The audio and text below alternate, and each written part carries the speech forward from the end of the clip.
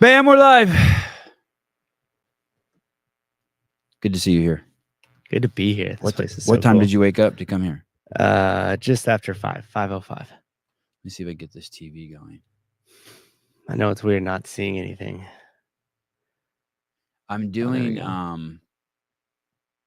Jason Khalipa's podcast on Monday. Oh yeah, that's right. And I don't know if it's how do I make it so it looks like the comments are on, right? I wonder why they're not just scrolling up the side. Can you guys hear us?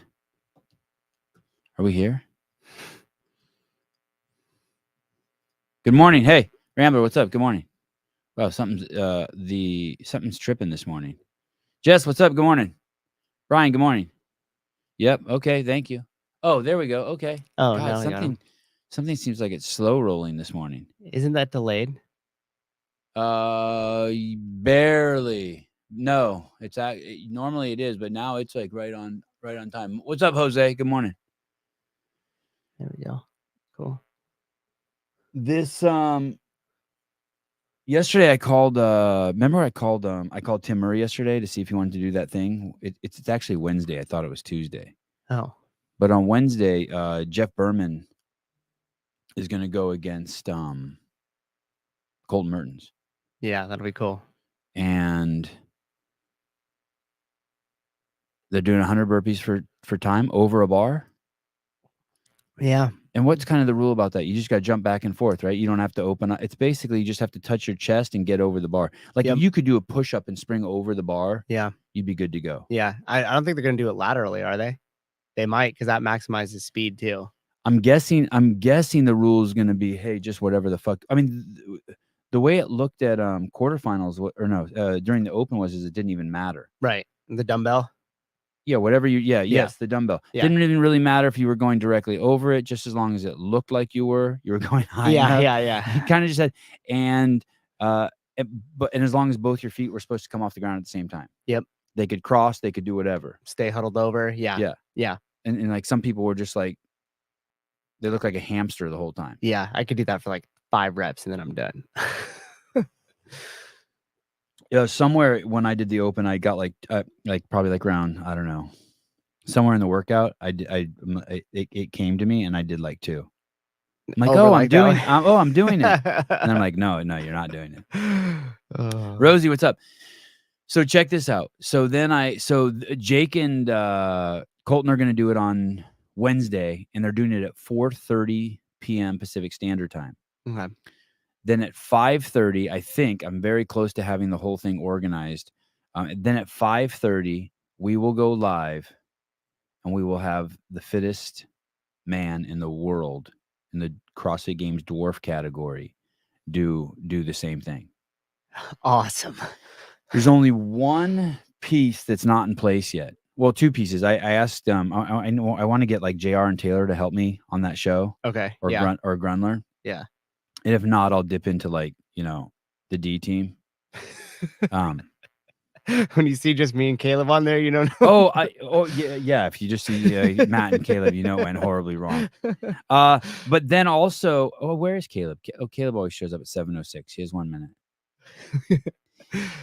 or whoever, John Young. The only reason why I didn't invite John Young is I figured he's going to be busy on the other show, but it would be great if they were done and he came over too. Yeah. But here's the thing.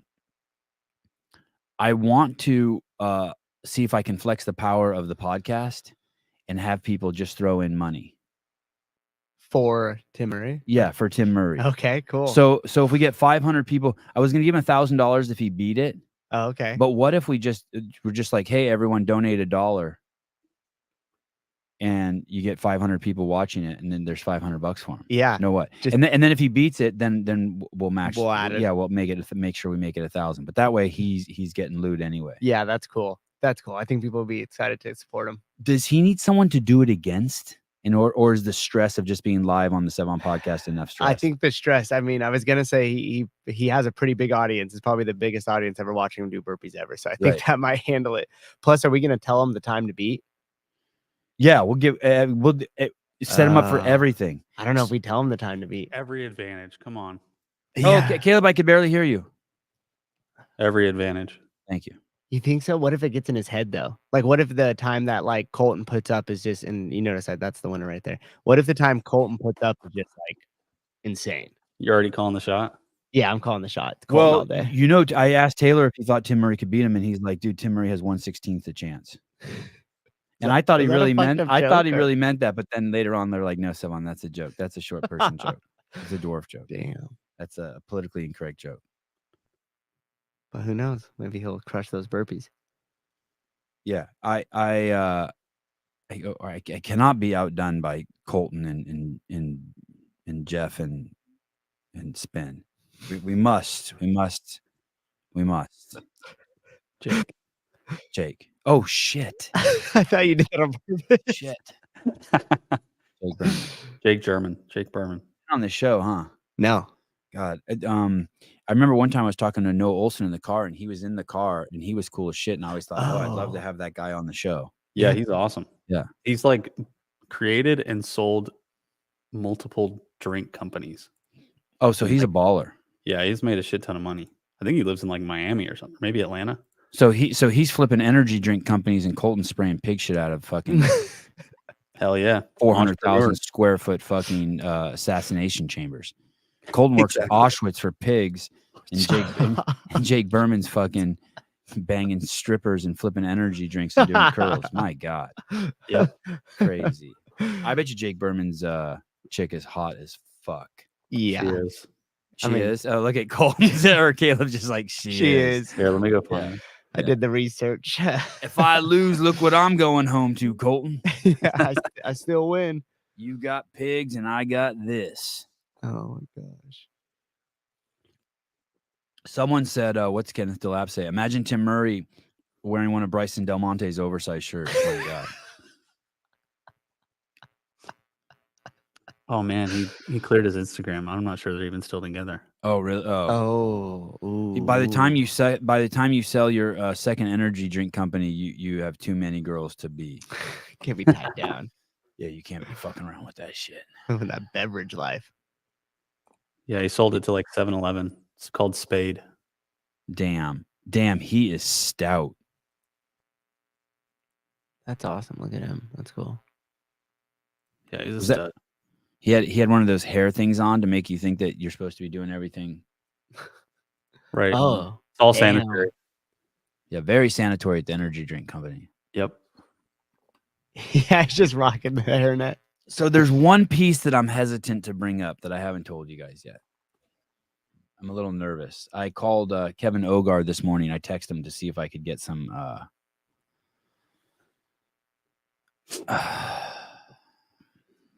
very sensitive issue. Oh boy, what's going down? Wednesday evening. One sensitive issue about the Tim Murray show. By the way, Tim's game. He's fired up. Is he? Yeah. When I called him yesterday, he's like, I'm like, you think you can break it? You're gonna go hard? He goes, dude, that's the only way I go. And like he wasn't like it was just like it was sincere. He wasn't showboating. I think it made him nervous that we asked, but I think he's down for it. I'm nervous for him thinking about it right now. Me too. By the way, you guys, the DMs are just, I really appreciate the DMs about the Matuthian. I love waking up in the morning. This one guy said exactly what I said the first time I used tooth powder. He's like, holy shit, one use and I can't even believe how much better my mouth feels. It's crazy. Doc Spartan, guys, go head over there. Get your Matuthian. I'm not just saying it. Then again, I probably wouldn't tell you if someone gave a bad review. Oh, does your boring old normal routine remind you of something?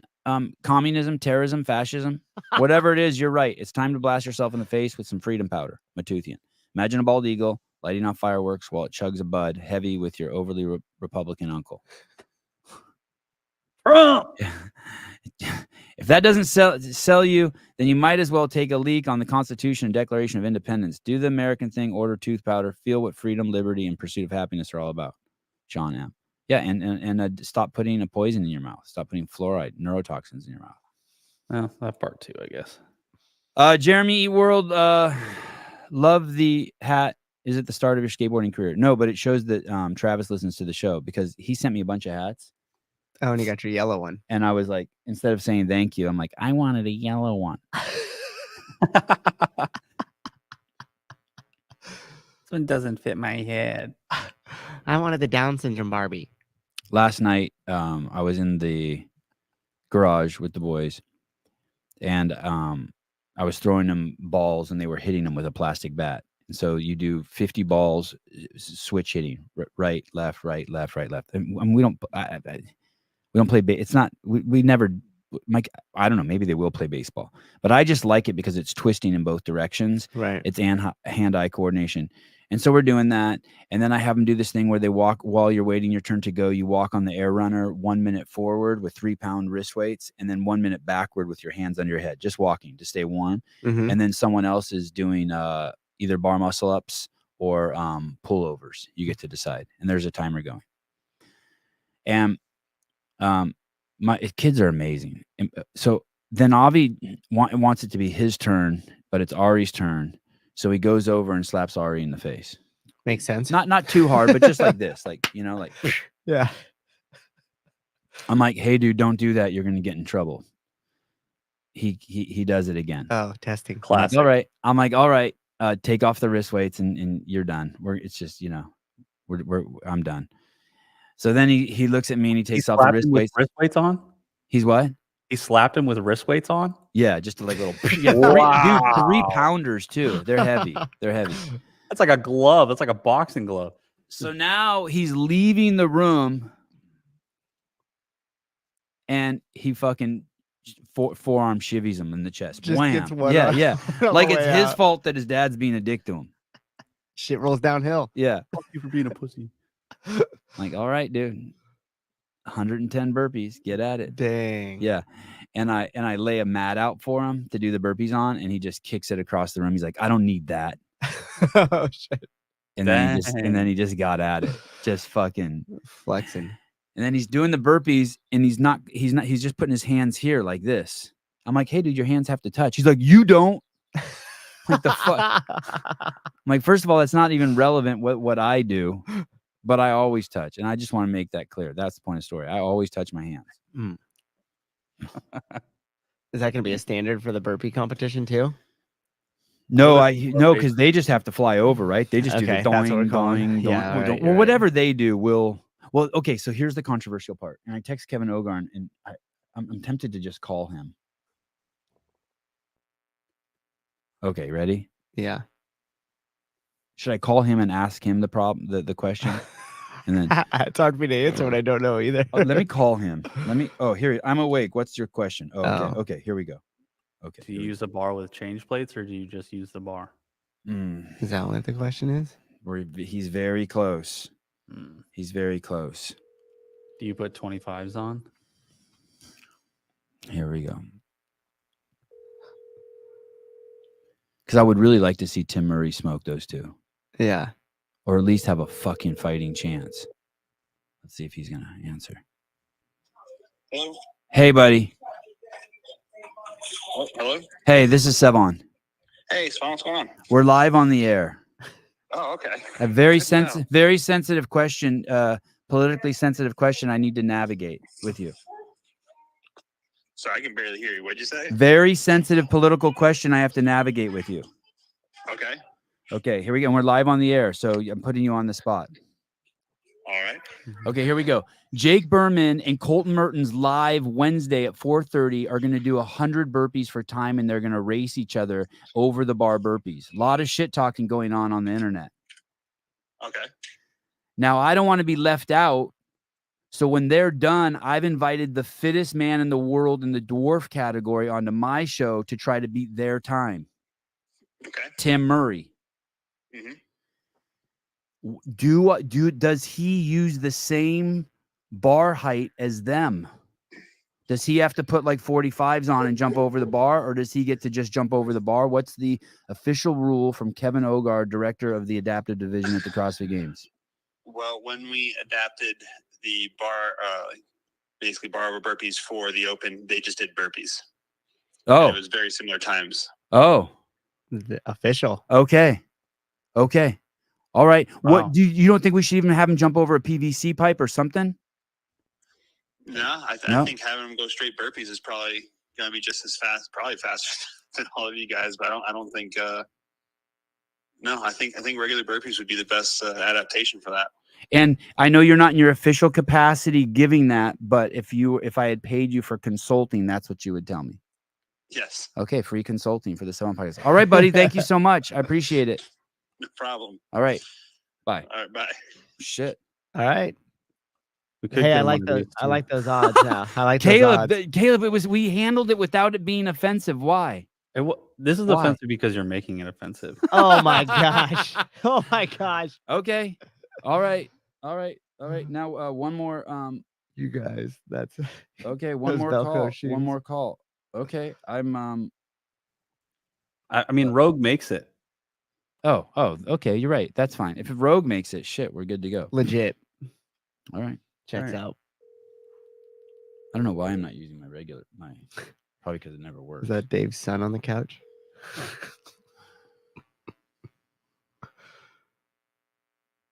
If you want to watch that show, you're gonna have to give $1. That's Yeah. the rule. Members only. It's an honor system dollar. All proceeds will go to Tim Murray. Oh, look at Bob. Look at Bob wants to question the great Kevin Ogar. This is Tim. That's right. Bob says, don't you just draw a line on the floor and jump over? Line facing burpees is a thing now too. That actually might be a good idea from Bob. That way he has to do the lateral jump. Yeah, so he's still moving laterally. We could get a second opinion. I really like, but I mean, I don't want to insult. Now it's gotten even more weird. I don't want to insult Kevin either. I'm very sensitive to insulting people. I could tell. I think that's Kevin's good. right though. Kevin's right. He did it in the open. That's probably the right way to go. Yeah, I would say that's a good one to go by. What's up, guys? Good morning. Oh, good morning. More, Matt. Morning, Matt. Susan and I scheduled Burger for a Saturday. And Burger's response is that, hey, maybe a lot of places won't be open to crank call. Planet Fitness was always open. Isn't that like a 24-hour gym? You gotta hit them up Let me again. see. I just want to get not a second opinion, but I want to see what Taylor says now about Tim Murray's chances. If I can make a prediction on Taylor's reaction first, be like, "No, dude, fuck that. He's got to jump over the bar. Yeah. It's fucking pussy shit." And then he'll like slow down, and then he'll be like, "Actually, now that I thought about it, You're probably right. you're probably right." Can you guys hear that? Yeah. Yeah. Okay, here we go. Yeah, Planet Fitness is 24 hours. I liked what Kid Rock said. Planet Fitness, how about fitness dick in your mouth? So good. Hey, this is Taylor. If you Oh, This criminy. How's this show supposed to work if you guys don't answer your phone? Did you guys see their show, by the way, Shut Up and Scribble last week? dude, they've been killing it. Yeah, the reviews are crazy. People are going nuts on Taylor. People love him. Yeah. Well, the one that Will and JR did is almost at 9,000. Wow, crazy. Yeah. I know. Will's funny. Will's great. It was the thumbnail too. Every time Will makes a killer thumbnail, they come flocking. Yeah, it has nothing to do with your content, boys. Zero to do with it. It's all thumbnail. Sevan, are you guys sending a team to semifinals? Yeah, for sure, Carson. 100% Carson. We don't have a sponsor for Knoxville. What's that one called? The Crash Crucible? No. Syndicate Crown. Syndicate. I always want to call it Strickland Crown. I don't know why. Makes sense. Who is this we're calling it now again? JR. JR. Okay. He's probably coaching. Hi, you reached J.R. Howell on the primary contact. Fuck these working class people. It's 7:20, 10:20 there. Might be like prime time Saturday. I bet you his gym is crazy on Saturday. Yeah, it's nuts. Did you go Everybody- during like a regular Saturday, Caleb? Just like Yeah. a run-of-the-mill Saturday? Yeah. And then on Sundays he does that burn class or whatever, where they just work out basically for it's like an hour, just cardio kind of sesh. Yeah. And everybody shows up for that, and it's like a Sunday evening thing. So Really? everybody goes to church in the morning, and then they'll do the burn class in the afternoon. Hey, when I pull up screens, did you hear that crackle? I did. Oh, that's new. I wonder if the audience hears that. Interesting. Franco Dubac. Sevan, did you see Hiller's latest video? It is truly incredible how crazy she is. Have you guys watched it? I've watched. Yeah, I started watching that. I haven't watched the whole thing. Maybe a little more than half. She talks Yeah. about how mean and toxic men are, Right. but doesn't say one mean or toxic thing men say. But then she reads stuff about people saying mean stuff about men. And you're like, They don't deserve the airtime. it's libtard abstraction talk. It's like it's what she feels. It is bizarro world. Yeah. And then she's talking about how shitty CrossFit is, but then shows a poll at the end that people actually like it. But that's the poll she uses to say that people like, what if I was like, everyone hates Baskin Robbins, and then I show you a poll and it's 75% like it, 10% don't care, and 5 people hate it. Dude. You're just like, what the fuck is going? Like, are you completely? She's broken. It's the CNN playbook. Yes. Everybody yes, hates yes, Trump. Then they put up yes. the poll. They're like, Yes. Biden's at 30%. And Trump's killing it. They're like, yep, everybody hates him. See?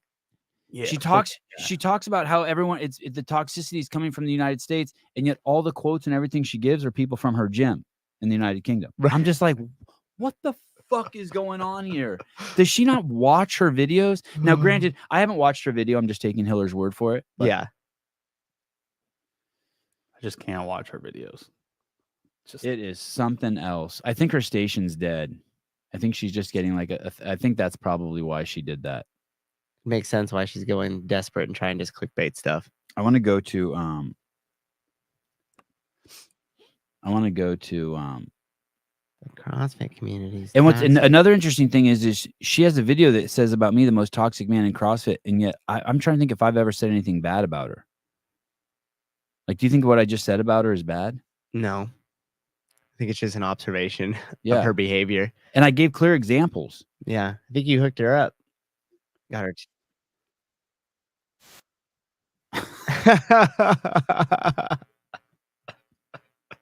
And then she'll point to this. Oh, shit. I just remembered. I got to tell you this. Somebody used our clip from when we interviewed Liver King, like a bunch of them, on a podcast that has like 600,000 views or something. Oh, Yeah. really. Yeah. Yeah. I'll get the. I blame you. Rip them apart. Look, YouTube is back to normal. Oh, look at that. Oh, that's weird. And they moved the shorts up there. Hey, will you send me a link to that? Yeah. Let me get it. I gotta. The irony is that people leaving negative comments are just proving my point and are exactly the kind of people I'm referring to. Keep running it for everyone. Go on. He pinned it. Oh, she pinned it. Never mind. This is unbearable to listen to. We've been telling CrossFit is useless for years. I've only been to 4 sessions so far, but all the athletes have been so welcoming, of course. Hey, that's the thing. She's just attracting what she is. Yeah. I mean, it's so obvious. You know when someone's talking about themselves, but they think they're talking about someone else? That's her. That's her. The whole, yeah. I think you have a problem with CrossFit because it doesn't fit your idea of what it should be. Yeah. Box owner for 12 years, been doing CrossFit since 2006. I've literally never seen the majority of the negative stuff you're talking about. Of course not. And for some reason, that's negative because you don't agree with her. Yeah. Playbook also don't agree. 100% agree that gyms are cliquey, but it's the same in most group environments. True. Oh, listen, I had my membership canceled at a CrossFit gym because when I was managing depression, I had a dark cloud above me, and it was best I returned when I was more willing to participate. Wait, what the fuck? What that experience looked like? You mean because you were standing in the middle of the floor saying, I hate Jews? You were having a mental breakdown? What does that even mean? That just means I'm mentally ill and I still can't take personal accountability and responsibility. I can't be out without supervision. Dude, imagine getting asked to leave a CrossFit gym, what you'd have to. Listen, those people want your fucking money. They're barely making ends meet. Yeah, no shit. Jackass. You must be doing some really bad shit. I've just begun my CrossFit journey. I'm still going through the foundation course. I'm a woman in her 40s and definitely out of shape. I had nothing but encouragement, of course. Yeah. Fuck, obviously. And by the way, too, all those individual experiences at those gyms is 100% the responsibility of the owners of those gyms. Like if your shit is cliquey or you have the kids club because they're the competitors or any of that shit, that's 100% on the owner. And most likely they're a douchebag and they're super into the clique too. Yeah. I found a box that I crave, totally support and encouragement to the point that I'm confident enough to compete in upcoming competition. She writes, "Oh, that's amazing. Proud of you. Good luck with your competition." She must have just popped the Valium. My gym is great. No complaints. You are very necessary in the world. Oh, look at this. Wow. You are very necessary in the world. Thank you for being here and putting your face personally to say these things. I started CrossFit 1 year ago. I adore it. My CrossFit gym is great, but I'm always the worst in class. I'm already used to it. So this lady disagrees with everything Sporty Beth said. What's her real name? Danielle? Bethany Robinson. Bethany. She agrees with everything Bethany Robinson says. She looks like a Bethany. Man. She's fucking just vile.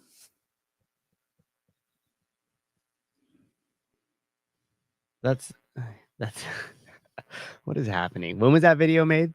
Hers that she made? Was that recent? Yeah, yesterday. Damn, Hiller's fast, huh?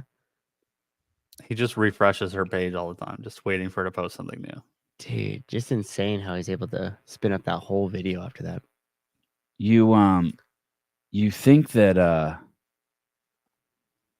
all these people think that they know the fastest way to jump rope. What do you mean? Stand upright. Don't jump high. Everyone thinks that they know. Everyone thinks that they know. What if I told you that the fastest way to jump rope is to get your nose the closest to your cock and balls as you can? Like, try to sniff your own vagina.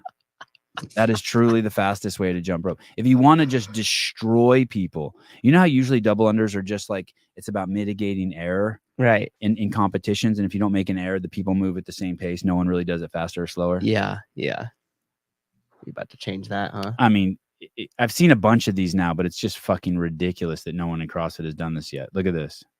Ready to have your mind blown? Yeah. This is one of those videos you're like, is this real? You can't even believe it's real. Here we go. 1.2. What?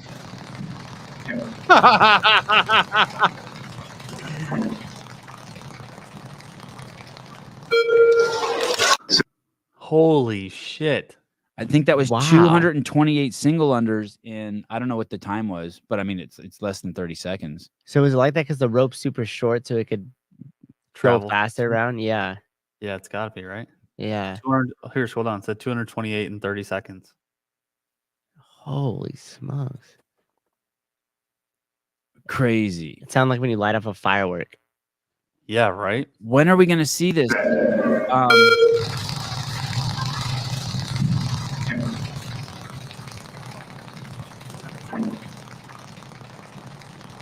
And look, he's wearing Savage ones. He's wearing the new Savage ones. Wow. That's how he's able to do it. That's the new colorway? Yeah. Yes. Yeah. That's going to be dope. I got the podcast. Damn. And look, he rotates. Look, he's rotating. Is he going backwards or is it forward? It looks backwards. Dude, that's crazy.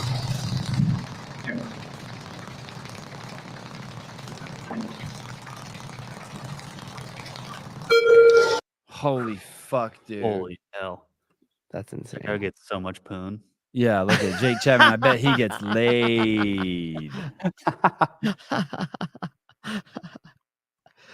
Okay, I just sent the thing. I think it's like 14. Kiro Slays, I watched it. She might want to take a break from the internet. Yeah. Oh my gosh. Kiro Slays, it has nothing to do with CrossFit. I know. Hiller's nice to her. He doesn't like,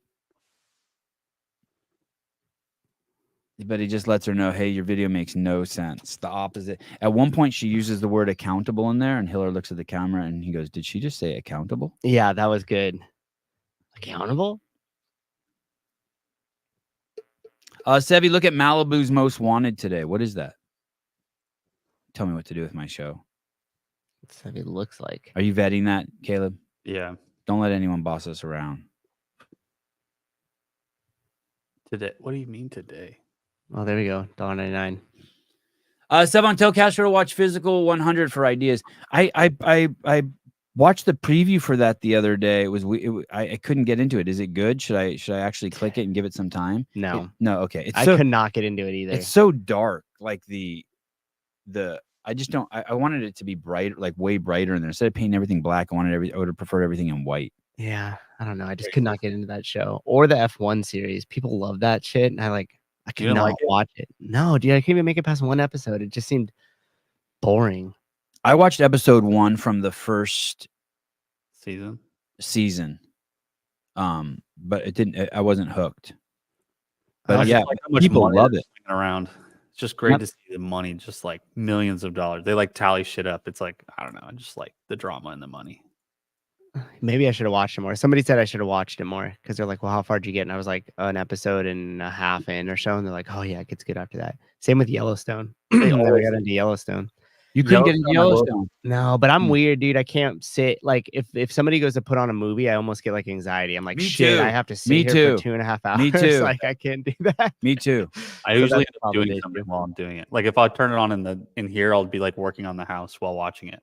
Oh, okay. You're a passive watcher. Passive. Yeah. But it's good Okay. though. Yellowstone for sure a good one to watch. What is this People eyebrow loved it. doing? Look at it. I have an eyebrow, a runaway eyebrow. It's good Oh, though. both my eyebrows are. I never noticed that about my eyebrows. They're like in two. I have 2 eyebrows on each side. Ah, gangster. What's up with your hand? You end up getting in a bar fight? I was painting the skate ramp. Oh. I do Okay, man okay. shit. Okay. Yeah, Caleb's like, that's nice. You thought I got in a bar fight. Caleb's like, did you fall down? Are you okay?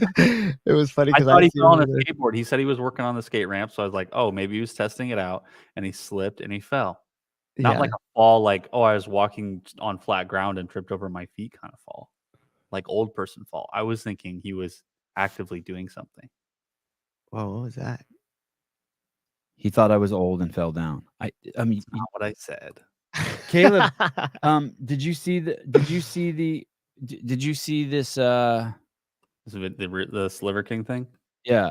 Yeah, you want to watch it? You got to go like 14. So did you find the clip already, Caleb? Oh, Yeah, I. right. Okay. Why do I desperately need it? 1406. Let's see. Okay. Look how young Susan looks.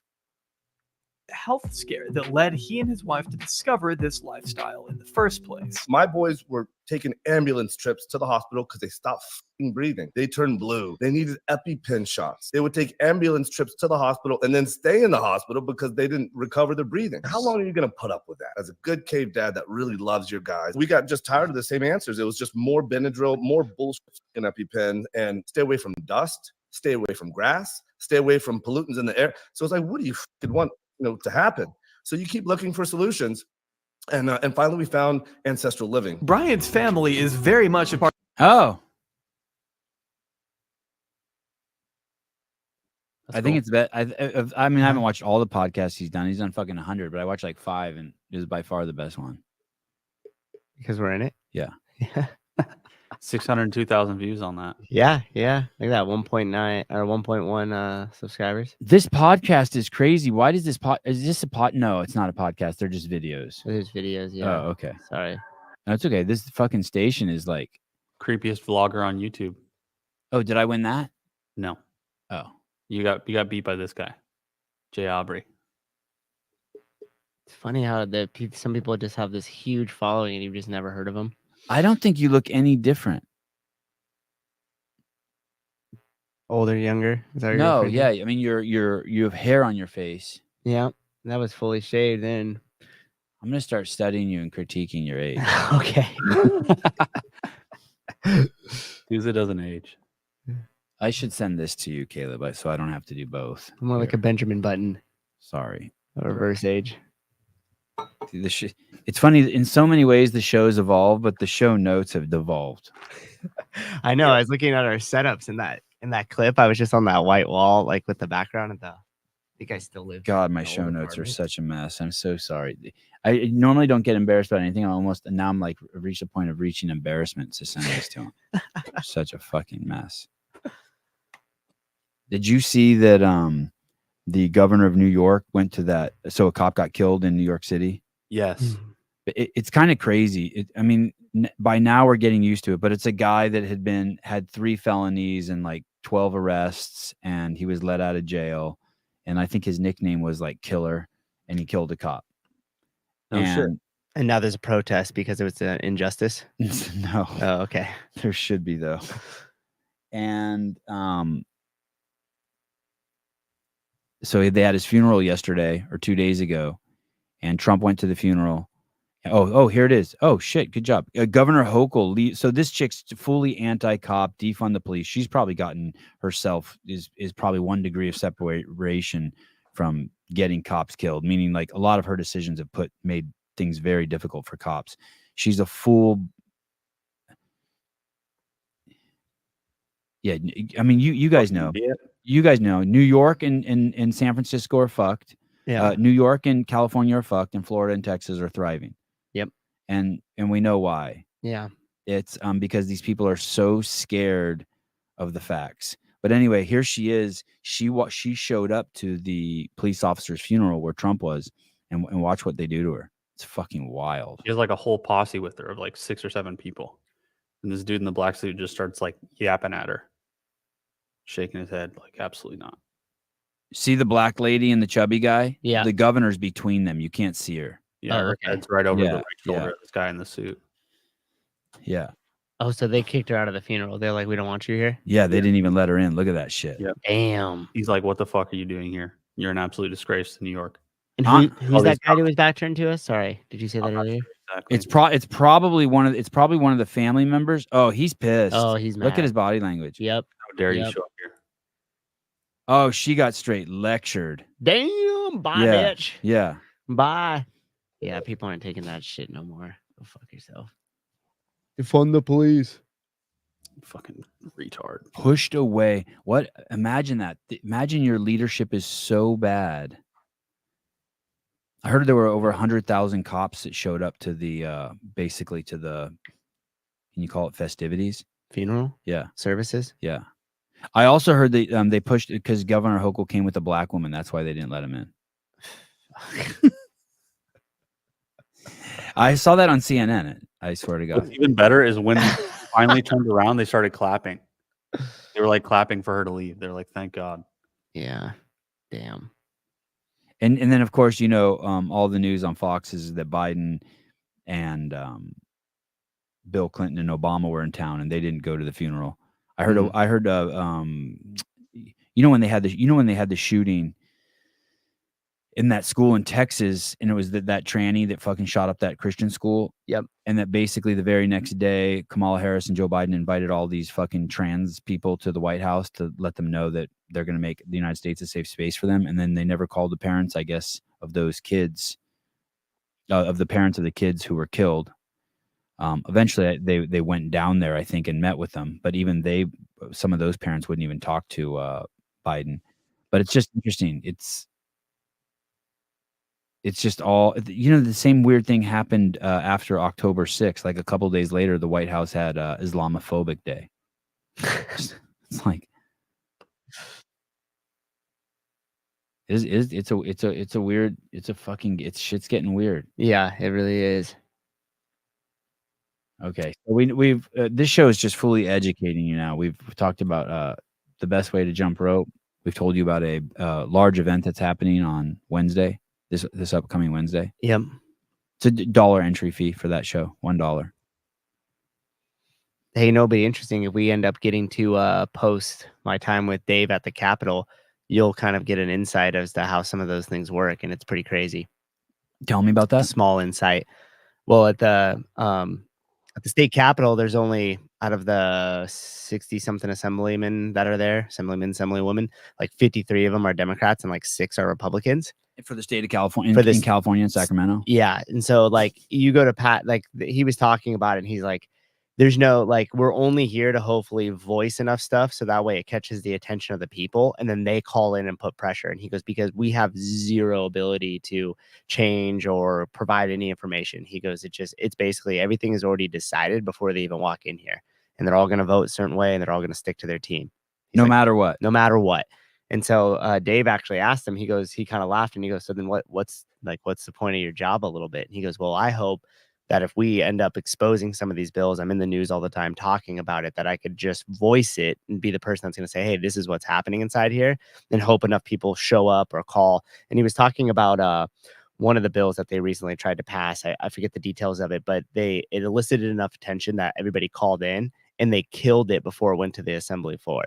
So what they'll do is, like, if it catches that much attention, rather than go to put it to actually be voted and try to split the Democratic Party at a higher up level, they'll block it from ever coming in. So you never have to see the party actually make a decision. Oh my God. Yeah, man. And he was talking about the new minimum wage that they're putting in for fast food and stuff like that. That's passing? Oh yeah. I think it's passed maybe, but it's close if it isn't. And it's funny because now they're working through these exemptions. And you heard about the Panera exemption, right? Yes. And so what ended up happening is Gavin Newsom was really good buddies with one of the main owners or investors with Panera. And then they said, oh, well, it doesn't apply to this. And now what they're doing is they're doing the same thing with the airports and saying, hey, fast food doesn't apply in an airport because airports are unions. And then what they're basically saying is, hey, if you join a union or you come with us, then you don't have to follow these rules. So it's an attempt to extort and unionize everybody at the same time. That's that Me Prism website that I showed you guys, where it pulls my name off of all the people out there who are aggregating data on people. Now California is trying to pass a bill that you can't pay third-party people to pull your name off of those sites. You have to do it yourself. And that's just big tech lobbying to stop people from getting help for the aggregation of their data. Fucking pathetic. Crazy. Jeremy World, if you really want to lose complete faith in humanity, pull up Xavier DeRouches. Oh, yeah, that was crazy. Xavier, our homie. That's the guy that worked out at your gym and was on my show? Yep. Yeah. Small CrossFit world. I can't wait to talk with him in person again. I always so enjoyed having him in class for the fact that after class, I'd be like, okay, so what's up in these circles? And he'd like, let me tell you. And we would sit down and I would keep him there for far too long. He'd be trying to leave. And I'm like, hold on. Tell me about so-and-so. Tell me about this. Uh-oh. Here we go. Oh, no. Yeah. Hun blote lichaam en transgenders. Today our guests are transgender. Het gaat echt om het gevoel. It's about the feeling that you have with you. Hoe het van binnen hebt. Wel wat in mijn broek, maar ik ben echt heel blij. Ik werd wakker en ik wist dat... I woke up and knew my breasts weren't mine. It feels like a bit like flying. Yes. When she cuts them off. Ja. Ja. Je bent dan gewoon... I want that too. Oh my God.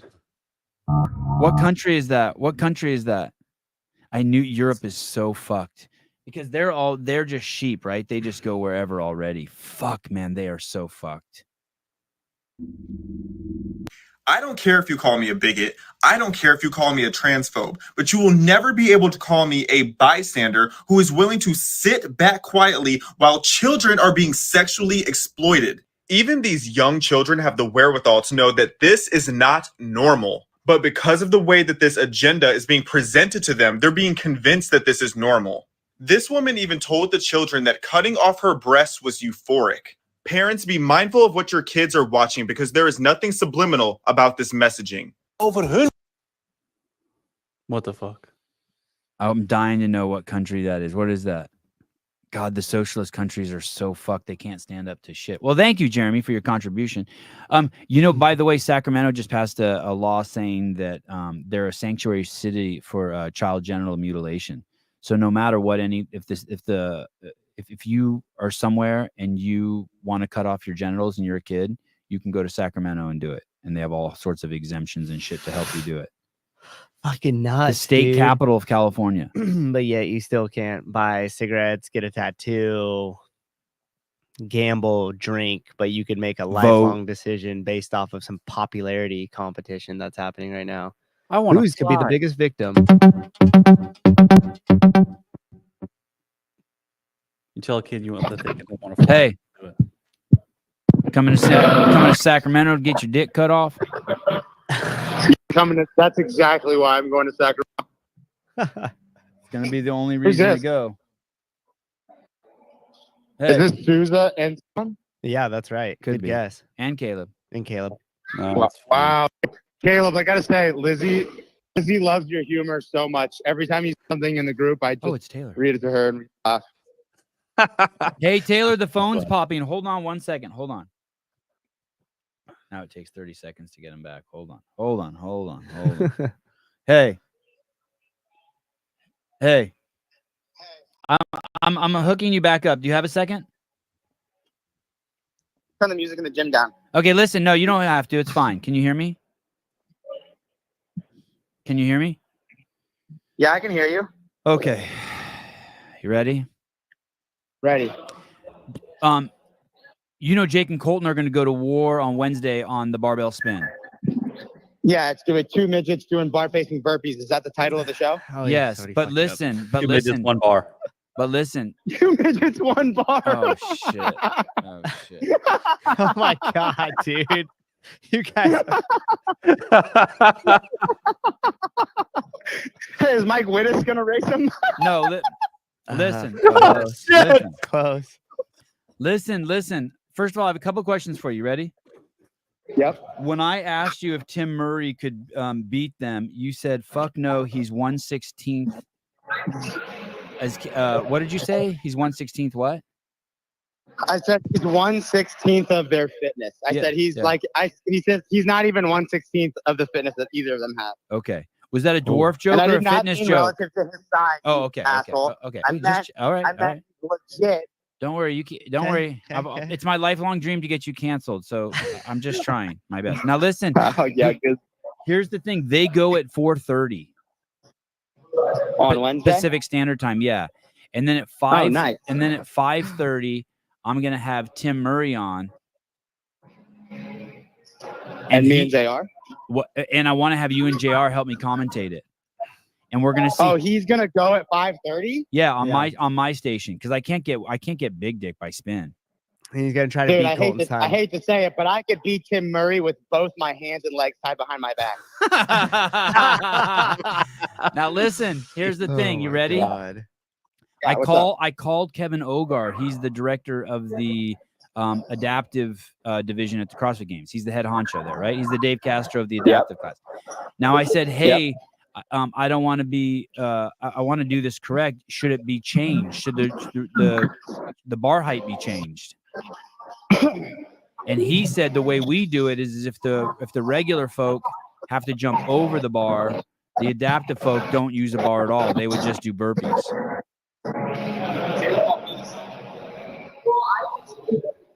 What am I supposed to tell you my thoughts on that? Yeah, Sousa and Caleb were saying like maybe draw a line on the ground. A line facing. It doesn't matter what you do, he's not going to beat him. Wait. I mean, I'm just saying, it doesn't matter what you do, he's not going to beat him. But also, no, it doesn't count if he does a different form of burpee. You're asking, can Tim Murray beat Jake or Colton at 100 bar facing burpees? So you got to make that guy jump over a fucking bar.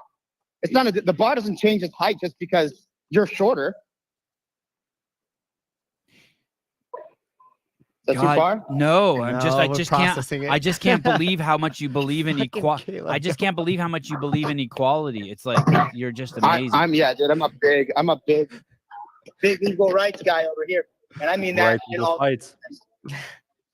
Yeah. As Danielle Brandon says, equal rights, equal rights, equal fights. Yeah, that was that's a little tarded, but even you have your okay. There's the dude, line. shut the hell up. On All that right. show, you were like, dude, I don't know about that. You make adjustments for women, but not dwarves. No, I make adjustments for my woman. Oh. So some other bitch might at 7-Eleven's fucking mouth is off. She might get a piece. Right, a big old fat homeless lady smacks me in the face. She's gonna catch hands, probably. Yeah. You're at the Slurpee machine. Yeah, exactly. Okay. What do you think? Do you think you can come on that show? Yeah, I can come on the show. I got a squat. I'm squatting. Okay. Bye. Bye. Tell Bryson I said hi. All right, I will. Bye. Okay. Bye. Later, dude. So it is gonna be bar facing burpee? I don't know. Here's the thing. Okay. So here's the thing. And I probably have to call Kevin back. Okay. The reason why we can't just do regular burpees is because bar facing burpees, you don't have to stand up all the way. It's not even really a burpee, which I'm not even. It's basically just chest to ground and then any way you can over the bar with both feet coming off at the same time. If we just have him do regular burpees, what's going to be his other range of motion? We know the bottom still would be chest, but what's his other range going to be? I think still over the line applies there. So, okay, yeah. So if we just use just over the line, Yeah. then he can do whatever fucking crazy technique he wants. Yep. But we don't have to worry about the top range of motion. Oh, yeah, thank you. Okay, let's see this. This is Yeah, him 'cause if- just doing regular burpees. Yeah, that's not fair. Of course he can't beat them if he uses that technique. That can get off technique's the so ground much pretty slower high. than. Do you know what I mean? Yeah, because look, he's got to come to full extension. His arms come up. That's Yeah, gonna be slower than if he's just laterally. And I think too that I mean, I Dude, don't those know. are fucking fast burpees, dude.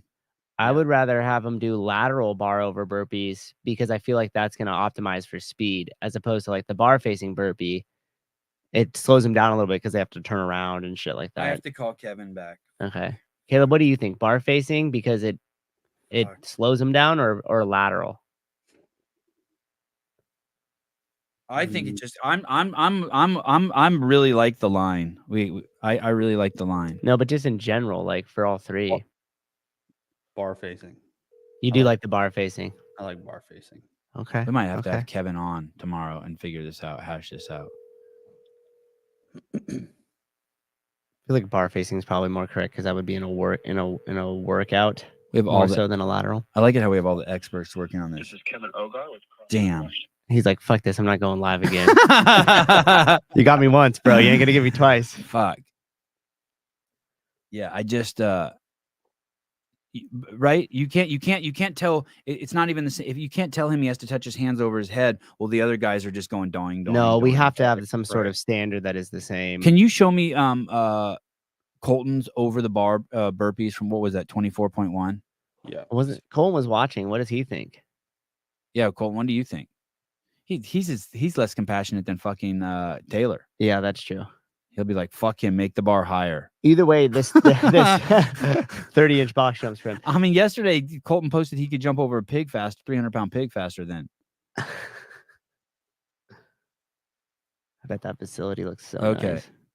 Yeah, see, so I mean, those guys, their back stays parallel to the floor the whole time. Yeah. God, that looks like some jazzercise shit right there. Because they're all in those sync. guys all got in those guys all got in a hot tub naked afterwards. You know it, when Dude, you're it in looks sync like one of that. those fitness DVDs from back in the day. Yeah, there's no way so we can make cute. him have to get full extension. Okay. Yeah, I think the parameter in which they're like, if they're jumping over something laterally or facing it and jumping over something, he still has to face it or laterally face it or lay next to it and still go up and over it. Because the only other way you could do it is how they did it back in the day with the 6-inch above your reach and you had to touch the bar for the full extension at the top. Because then that made it the same for everybody, just 6 inches above your hand. That's right. Jess, red hair, just like Taylor. What does she got to say? Said the same thing as him. Now we have 2 points of data. Redheads have similar opinions. He said he'd do the workout. Just let him do the same workout. We want a race. Oh, have him jump over the black cock. Oh, that's good. Yeah, Nice. The chocolate cock. Nice. Good answer. Good brainstorming. I like this, everybody. Is Colton taller than Tim? I don't know. Yes. Yes. Barely. Fuck. This is hard. Running events is difficult, even with This one. was like AR. It's one event with one movement. Yeah. 3 competitors, 1 movement, and we can't figure it out. God, I feel like I'm programming Crash Crucible. I we think we have all the experts weighing in. I think we need JR for like official. Should I call Danielle Brandon and find out? Absolutely. Find out what she. What thinks? time zone is she on? Is she on like the East Coast? Where does she live these days? Danielle, I know Tennessee. our relationship is having some bumps in it, but could I ask you a question just about fitness? I almost was gonna suggest something, but I don't even want to go through with it. Scared? I am scared. Yes. I get scared when I watch you guys fucking make calls and I'm driving to Hayward listening to the show and I can't even see it. I get nervous. I want to The hide. Planet Fitness one. I was like, I looked at it on my phone one time to see what people's facial expressions, and I was like, I feel exactly like Caleb. Were you gonna say call Laura? No, I was gonna say I call Danielle Oh. and see if she'd answer. Hello, this is on behalf of the Sevan podcast. I'd like She'd to, answer and she'd be like, hello. I'd be like, what's up, girl? What's up with you? That feel like probably would work. I feel like she likes dudes that would say that. Yeah, I think you're right. What's good? Yeah, It's your it's boy. Hey, what are you about to get into today, though? Let me pull up. Damn. What you finna do? Yeah. Something like that. Jesus. I was talking to someone the other day, really smart guy, Mm-hmm. and he's a little bit older than me. He's the kind of dude who wears a 3-piece suit. He's worn a 3-piece suit probably more in a week than I've worn in my whole life. You know, Yeah. he's a Wall Street guy, Mm. and he used the word sus. Wow. How old is he? Progressive. How old? I'm 52. He's probably 56 or something. Oh man, you can't be doing all that. Sus. You can't be doing the sus. No cap. On God. Yeah, yeah. I try to slip. I'm so proud when I slip in no cap, but sus. I was like, wow. Sup, girl? You up? You up? Yeah. I don't think you could. So you would call her, and you'd be like, "Hey, this is Matt," and then you would ask her a question. You'd be like, "Hey, I have a programming question for you." I would follow your same lead though. I'm not gonna not tell her we were live. So I'd be like, she'd be like, hello. I'd be like, hey Danielle, it's Matt Souza. And then she'd be like, Would your voice "Hi." crack? Yeah. I have to go, what up, girl? But then I get on the phone with her. I'm like, hi Danielle. What about I was thinking I could call Laura and ask her, but she wouldn't even let me get it out. She'd just be slapping me around before I could say if she even He passed answered. the phone to Christoph, probably. Yeah, yeah. Man, Who else would be good I'm to call? trying to- Could call Bosman. I feel like that's official. He might give you some official ruling. I could try to call Dave. I actually am legitimately scared to call Dave. I feel like for some reason, if you call Dave and he gets mad and he knows I'm here, he'll be more pissed at me. Oh, I just don't think he'd like to be called on the air. No, I don't think he don't play that finger fuck. it's a little entrapment. Yeah. Because what are you gonna say at that time? Look at Sebag Vartanyan. I've never worn a 3-piece suit. He's definitely worn a 3-piece suit. I think he's worn so many suits that he probably went to sleep in suits. He probably has suit pajamas. Suit pajamas. I don't even know what a 3-piece suit is. What is a suit? I just said 3. Is a suit? I think it's like a vest, a jacket, and a tie. Oh, whatever. Yeah. Well, it's a vest, jacket, pants. I think Okay. that's the 3 pieces. Is that the piece? Okay. Thank you, Caleb. He's got it. You have more button ups than I have Sevan podcast shirts. Let me put it that way. Did you see that the suit I wore to the Capitol was straight up like one I officiated a wedding in? Like it was a mess. I had like Lululemon pants on. And Hey, it didn't even get washed after the wedding, right? Yeah. Oh yeah. Just the white shirt underneath. Yeah, the shirt. whatever. I fine 3-piece, yeah. 2-piece, whatever. It's all the same shit to me. I'm the kind of guy where I have I have a closet with clothes in it. Yeah. And the dress shit's like pushed all the way down on the end. And no matter what, they only get 3 hangers. So if I had 6 jackets and 12 shirts, they're still only on 3 hangers. Yeah, like you stay down there. And every once in a while I see you over there. I'm like, fuck, do I need all that shit? Yeah, that's the same thing I do. I have old jackets and stuff, and every time Grace is like, why don't you get rid of these? And I'm like, I don't know. I like it. Yeah, Maybe well, this guy Sevog, his closet's the opposite way. Yeah, I wonder. it's I only need to. suits. I need to see someone's closet who like has like a real job and shit, and like goes to. I need to see what that looks like.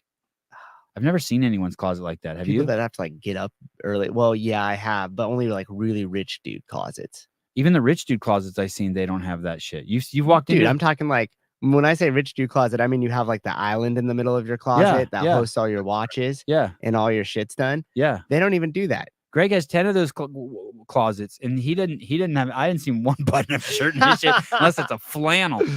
Yeah, the rich dude closets don't even. The people that I know don't even organize their closet like someone else. But does you're it. right; they have the watches in the middle. Yeah, Like it's like they're all their fucking Rolexes, showcase. and the thing moves, so it's like keeps them winded. You know what I mean? Rocks. Yeah, like rocks or spins or some shit. Yeah, that's a rich person's closet. Folded ties. You pull a drawer and your ties are folded up in it. You know what I mean? Yeah. And then the matching I don't think- socks, yeah, I color don't- coordinated. I need to see one of those. Kind of like But you- this. Oh, realistic morning routine for a guy in his late 20s working 9 to 5. Okay, yeah, let's see. Is that Cooper Marsh? No. Oh. Looks like him though. Yeah. Okay, let's see this. This stuff's all organized like No, it can't be him. He doesn't have his hand in any athlete's purse. True. Oh shit. I joke. Oh shit, no you don't. Slide that one in there. Anyway. That's pretty that was me a few years ago, except minus the button up. I did jeans and a vest. And a vest. Yeah. Have you ever watched the new Jon Stewart show? Only clips. It's very, very, very disappointing. I've either come a long way or he is a complete moron. You see the Jon Stewart clip, Caleb? I watched the very first one, his inaugural one. It's so bad. He's so off the mark. Okay, here we go. Jon Stewart takes a page out of Trump's book. Trump's property values were inflated because when it came time to pay taxes, Trump undervalued the very same properties. It was all part of a very sophisticated real estate practice known as lying. So overvaluing property values is bad. Wait, what do we have here, John? It says here that his New York City penthouse sold for 829% more than its assessed value. Records also show that Stewart paid significantly lower property taxes, which were calculated based on that assessor valuation price, precisely what he called Trump out for doing in his Monday monologue. Looks like Jon Stewart's moral high ground was just overvalued. Jon Stewart has defended his position, stating, "Yeah, but I'm not Trump.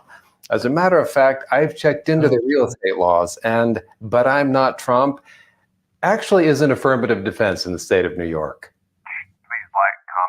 And look at the first comment. Super misleading, my dude. John sold his house for above market value. Correct. Not a crime. What the fuck are you even saying? By the way, everyone is doing that. It depends on the city you live in, but basically there's, as far as I know, from my little bit I know about real estate, there's two ways it happen. You can live in a city where you buy the house and you pay the tax based on the house you own, whether it's the first year you bought it or if you live in the house 50 years. So that's why some people don't want to sell their house, because you bought your house for $300,000. 50 years later, it's worth $7 million, but you don't want to sell it because you don't want to have to move somewhere else and pay the new property tax, right? Makes sense? You don't pay, but when you sell it, the new person is going to pay the property tax on the $7 million. Then some cities have the reevaluate every year or every 2 years, or some cities will reevaluate your house only if you remodel it, or some will reevaluate it if you do a new mortgage. And so there's these rules and tricks that everyone is trying to do so that they can fucking sustain their lifestyle. Now, listen, I lived in a neighborhood in Berkeley where I bought the house for $400,000. And everyone on the street who had bought that, and now the house is worth over $1 million, but everyone who lived on that street, every single person would have never been able to pay the property tax that I was paying because they bought those houses there when they were like $70,000. Yeah. Yep. And they were all fucking broke. You know, they're all like violin instructors and art teachers at UC Berkeley and shit like that. You know what I mean? Yeah. But it's like, I don't know what the rules are in New York City, but to attack Trump for what he's doing in regards to trying to figure out how to pay, how to get the best value out of his properties is retarded.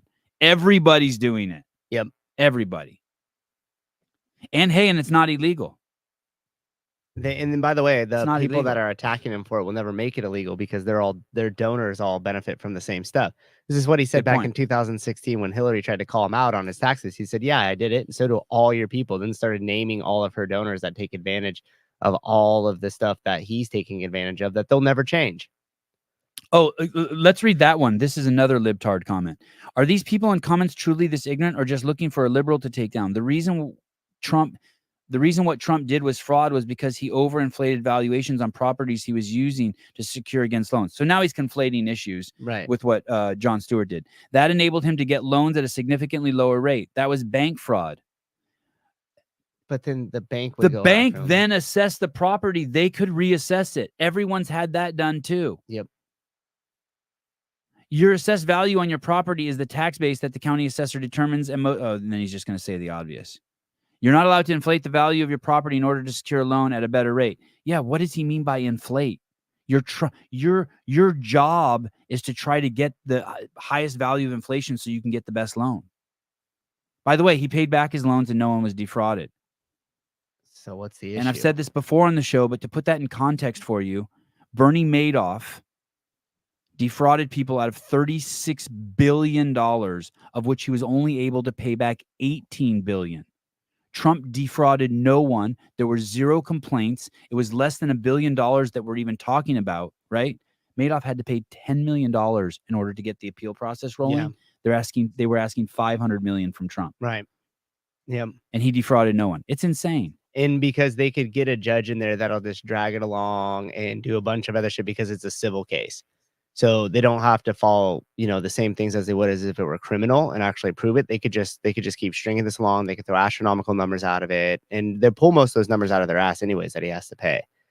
So who made those numbers? Is it a jury or a judge? That's a great question. I was listening to something and they're like, they just basically I think the judge just waved a wand and decided, hey, this would probably be appropriate. And the judge that's presiding over the case was basically elected into that position because she said, I'm going to go after Trump. And they were like, okay, great, we'll put her in.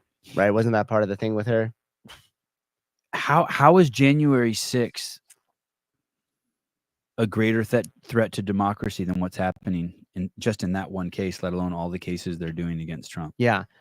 Even if you're a Democrat, you have to at some point be like, whoa, hold on a second. It's a brilliant strategy if you think about it, because what does he run on that he holds everybody else's head is that I'm doing this on my own with my own cash and I'm not taking money. So I do what I think is best for the American people, not for my donors. And so they know that if they try to raise this price up enough to where he has to go get money or something like that, that'll be a kink in the armor. And they could say, well, now he is taking on money from different donors. And now, he's not running independently off his own money. That is what they want to say. I would think that would be part of the strategy for sure. Who cares? I hope everyone starts giving him money. Did you see his interview he did yesterday on his airplane? No. Was it good? His plane is nuts, dude. It's fucking nuts, dude. It's like rappers' planes still look like submarines, like G5s and shit. I mean, this thing is nuts. It doesn't even look like a plane. Looks like it's a flying warehouse. It's crazy. You know what I mean? It's crazy. Yeah. I got a clip from do you see this clip? It says this guy's coming on the show. Jimmy Watson's coming on the show. And I didn't even know exactly what I was going to talk to him about, but watch this clip. Now I know exactly what I'm going to talk to him about. Here we go. Doing up to 8 missions a day in Blackwater, in Iraq, in Afghanistan. 8 missions a day in the red zone. The numbers and odds are highly against you. And we were in firefights all the time. And we would roll up as a wall of steel between the enemy, the insurgents, just blasting an Army team, Marine team, or other contractors. It has a QRF team and a turret gunner. We would roll straight up in the firefights. Caleb. Caleb. Yeah. What's a turn gunner? A turret gunner? Oh, a turret gunner? He's like the guy sitting up on top of the Jeep that's all exposed with a gun? Yep, that's that guy. Fuck that job. Okay, that's go a on. sketchy Sorry. job. So he's saying that they would roll up in a Jeep with a guy just with his fucking Is that what a 50 cal is? You can put a 50 cal up there. You can also put like a grenade launcher, like a fucking grenade launcher up there too. Damn. Hey, how many bullets does a grenade launcher hold? I don't know. Probably like 50. You can just like fire them off, like lob them at people. And can they come out fast? Could you do 3 in 3 seconds or faster? Yeah, hold on. Let me. I would have 2. I would have a 50. When you hear me talking about guns like 50 cal grenade launcher, it's like when Trista Smith talked about her truck having a straight pipe, and I'm like, "What's a straight pipe?" She's like, "I don't know."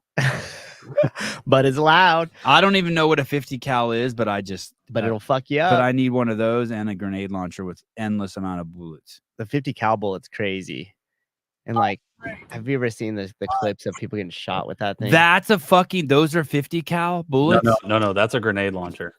Oh, those are like the butt plugs David Weed uses. Holy shit. Yeah, right. He probably two of them. Wow. Holy shit, dude. Dude, it's wild. What if one of those goes off in the gun? You're fucked. That's not a good day. If you have a dud, you're super fucked. That gun looks so janky too. It looks like. Do you know? Have you ever ridden a Harley Davidson? Have you ever ridden a Harley Davidson, Caleb or Sousa? Have you ever ridden one? No, I have never one. The first time you get on it and you're shifting gears, it's like you're on a tractor. It's like clunk, clunk, clunk. Like, you know what I mean? Like, you're like, oh yeah, this is American. This isn't Japanese shit. You know what I mean? A Japanese motorcycle, you just feel around and just shift a gear and you're good to go. Smooth. Yeah, it doesn't even matter. That, I mean, you can just, that grenade launcher is just, those are 50 cal? Yeah, there's a 50 cal. Those are 50 cal. Holy shit. Yeah, dude. dude. If your head's a watermelon. Oh my god. you're fucking dead. Yeah. So if that hits you, your head just pops like just yeah. You're just a torso. What's the term? If it hits you or even comes close enough to you, you just turn into pink mist. Yeah. Oh man. Stand by. Stand by for fucking. Damn, bro. Yeah, dude. How much are those bullets? How much do they cost? Yeah, like if I had a gun like that and I wanted to go out shooting, do it like is $100 get me bullets or no? You maybe get 10 of them. Oh, that's crazy. I knew it was gonna Kind be of something like that. Yeah. Yeah, that's crazy. Imagine laying in the dirt with those things whizzing over your head. I'd fucking shit myself. Damn. Hey, can that thing chop down a tree? Yeah. I think it chopped down a tank. Yeah, you can chop down trees. You can give somebody a haircut. Trim 6 inches off your dick. Can those bullets go into one of Elon's vans, trucks? Fuck yeah. Yeah, I think they can. Elon's only, I think his is bulletproof for just small caliber rounds. Look, George Washington is in the oh no, it's not George Washington. Mark 19, 40 rounds per minute. Is that the grenade launcher or the 50 cal? That's a grenade launcher. What? Damn. 40. And that guy would know. Look at him. Yeah. Yeah. Probably had a Machine chance. gunning Marine. Is that like a fishing hat he's wearing? That's a boonie cap. Yeah. You get to wear them when you're deployed. Is it soft? Yeah. I mean, it's like regular military issue hat. But it's not to stop bullets. It's just for Oh, sun. yeah. Just for sun. Sun. Okay. And stopping shit. Yeah. Being young is so cool because look at he still looks cool with even that hat on. He still is like handsome and strong, even though he's wearing the same hat Gilligan wore on Gilligan's Island. Yeah, dude, those hats are sick. I got one of them. Grace makes fun of me when I wear it too, though. They're fun. I should wear mine more often. Yeah. I know Caleb's got Chop down a cinder block wall. Anyway, when this guy Jimmy comes on, I always kind of shy away from asking the guy stories like that, but I'm gonna ask him to tell me stories. This guy seems very open to telling a lot of stories. Yeah. Yeah. Oh, Star Wars, right? And you just knew you were going to die. You had to have radical acceptance of your situation. You had to radically accept that you were going to die. And by radically accepting that and mastering the fundamentals of your reloads, your malfunctions, all of your tactics, you only then had the best chance of survival. I can remember rolling up between the insurgents and a team just getting smashed, and it was like a ball ping hammer smashing against the side of the metal plate armor. The bullet can just graze you this close. He said bullet. Bullets. What's a ball ping hammer? Ball peen hammer. Ball. It's like the ball one that peen or ball ping. Peen. P-I-N-E. I think it's P-E-E-N. Ball peen hammer. I think I know what one looks like. I wonder what that's the hammer that has the little ball in the back. Yeah, what's a fucking someone that Caleb used to hang up the signs in Arizona. Oh, P. Yeah. Oh, look at the different spellings. Oh, P. Oh, there's multiple spellings. I think it's E-I-N. Ball pine hammer. My mom will text me like in 20 minutes. Well, actually, one the origin of that word was and Sevan, like, yeah, you'd have fucking raised me like a man. I'd know that shit. Instead of embarrassing myself on the air, mom. Fucking put me in sewing class. That's good. What is P-E-I-N? Well, fuck, I don't know. Wikipedia says 2 E's. We got a bunch of 2 E's in the comments, so. After this morning, Sevan's chances of finally pulling a man card went down 2%. Let me tell you a story. The dog growled last night. And I showed yeah, I saw it. I showed Sousa. The dog growled last night and shit got a little weird around the house. So the gun had to come out with the bullets. I had to do a fucking I sweep the house? Yeah, I swept the house and did a perimeter check. Yeah. What was out there? Nothing. Hey, really? Nothing. Yep, nothing. I searched all the closets under the beds. Went for a little peek outside. Went with the bauble. Flashlight on there? How about that? No, I need one. Oh yeah, you definitely need one. So you could do. I've Like never the, even shot this gun, dude. the like. I don't even know if it flashlight works. I gun don't even know if thing. this gun works. How do they do it? Intimidation factor. Only. Yeah, but I got a gun safe, and it's normally not sitting out on the kitchen counter. But I didn't put it away last night, and so the first thing I did is I showed off to Susan. I'm like, Susan, come here, let me show you. Check this out. Yeah, look at my piece. He held it sideways like this. What? Oh, look at Peen, P-E-A-N. Okay, what is it? Why do they? Why call it a ball peen hammer? Don't you worry, we're gonna get to the bottom of this. Besides for peening, I don't know what the fuck peening means. It is P-E-E-N. Besides for peening surface hardening by impact, the ball peen hammer is useful for many tasks such as striking, punches, and chisels, usually performed with flat surface of the hammer. The peening face is used for rounding off edges of metal pins and fasteners, such as rivets. Oh, Jeff's just fucking with us. Who? Oh. Dickhead. He's the teacher. He should know. I'm going to look up. And he just laughs at us. I'm going to look up peening. That's what he does to his students, I bet, too. He's like, you fool. Peening is a cold working process, as opposed to like heating the metal up, in which the surface of the component is deliberately deformed in the basic method by hammering. Oh, peening. That's what I do to a vagina. Deliberately round it? Yeah, just deform it. Cold deformation process. All right. Yeah, stretches the surface. It stretches the surface when you peen something. Now we know. Now we know. All right. So there you go. I want my 2% back. I want my 2% back. Okay. So he's coming on the show. That's cool. Jimmy Watson. I wonder if he'll know. I wonder if when he's talking to me, he'll be sus of my man card.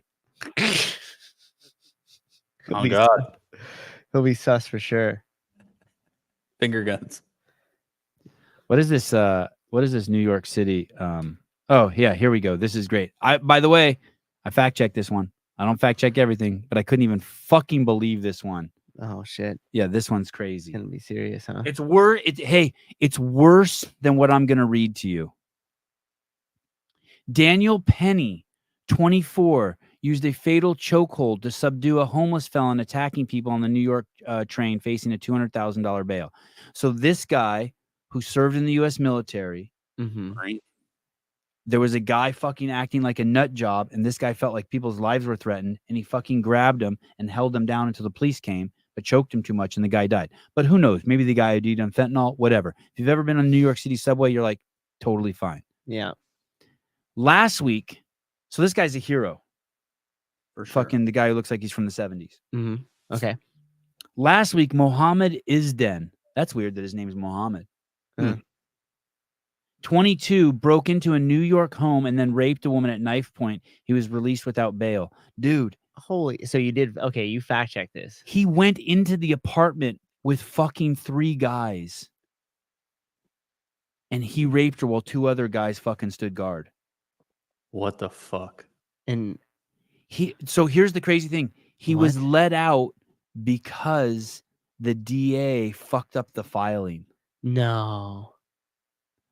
DEI DA. It's all DEI DA. We keep hearing it.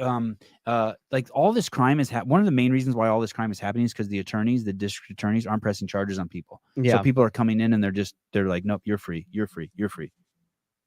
He fucking raped this fucking woman. Yeah, Alvin Bragg. He's a complete scumbag. Hey, this is a fucking true story. This is happening now. Here you go. Look, in 2021, he became the first African American elected in office. Oh, Jesus. There you go. DEI hire.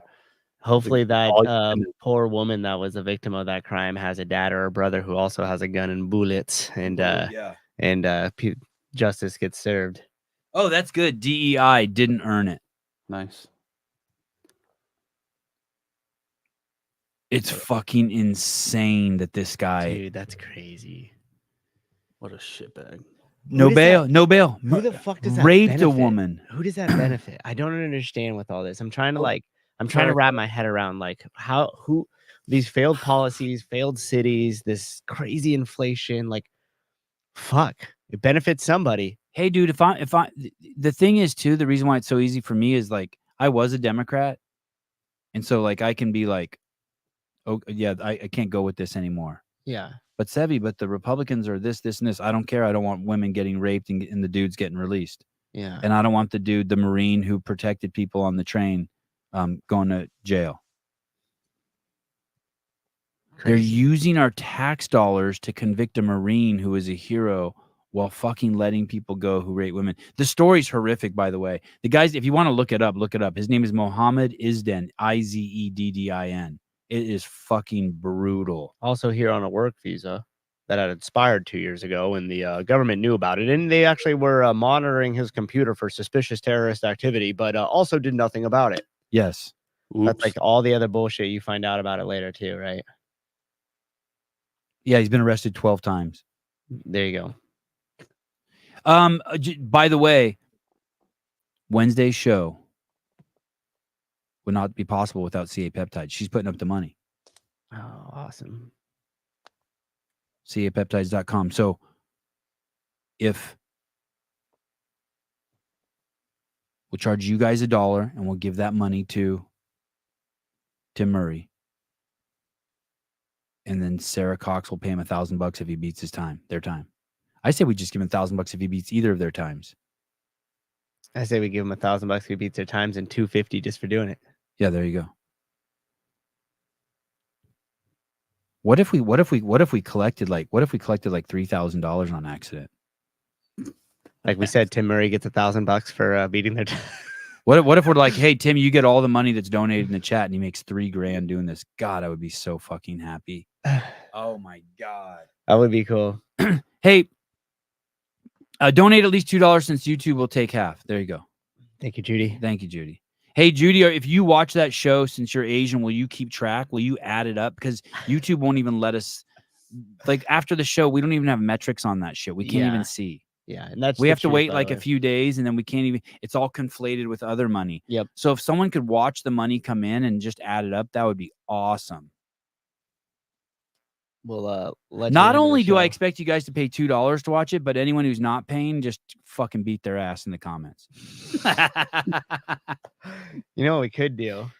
You could do a membership that literally says like Tim Murray's Burpees, and it's a 99-cent or $1.99 membership, and then you join it, and then we give all that to him. Oh. And then we make the viewing members only. Oh.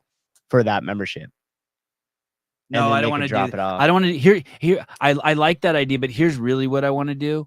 I want it to be just a party. Yeah, just I want it to be fucking crazy. Yeah, tons of people there. I want to explain something to you that I thought of last night. That's going to come across completely self-serving, and I know you guys aren't used to seeing that side of me. But it's going to be very difficult to be humble as I say this. Think about the people out there in our ecosystem who have 500,000 Instagram followers, and think about the people out there who have 600,000 Instagram followers, and 700,000 Instagram followers, and 800 and 900. Think about the people who have 1 million Instagram followers. Who do they glorify? Themselves. Think about the people who have 1.1 million Instagram followers, and go to their accounts and see how they glorify their friends and families around them. Look how generous they are with all that power that they have. Find the people in our ecosystem that have 1.5 million Instagram followers. Fuck it. Find the most popular person you can find in the CrossFit ecosystem. Just start looking at them. I'm astonished that you could train with someone who has over 1 million Instagram followers, and you still have 10,000 Instagram followers, and they haven't fucking pumped you up. I was thinking anytime now, like when I started thinking about this, I started like admonishing myself and all my friends, never accept one fucking negative word about me or Hiller or Pedro or Spin. Don't ever accept one negative word about Bill, Chase, Taylor, JR. Don't ever accept that. Because if you look at it in context relative to everyone else out in the space, who are they glorifying? I spend every fucking second with my 3,200 Instagram followers glorifying people. I spend Hiller spends every second making videos that pump fucking energy into this ecosystem. Mush. Mush. It's fucking insane. I was thinking about the agents again last night and the athletes that have over 1 million followers and who they hang out with and who they help.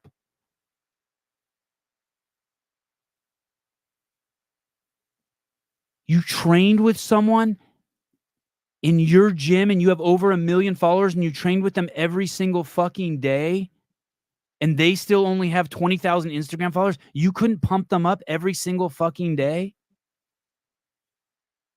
You couldn't just blow your story up every single fucking day with those people.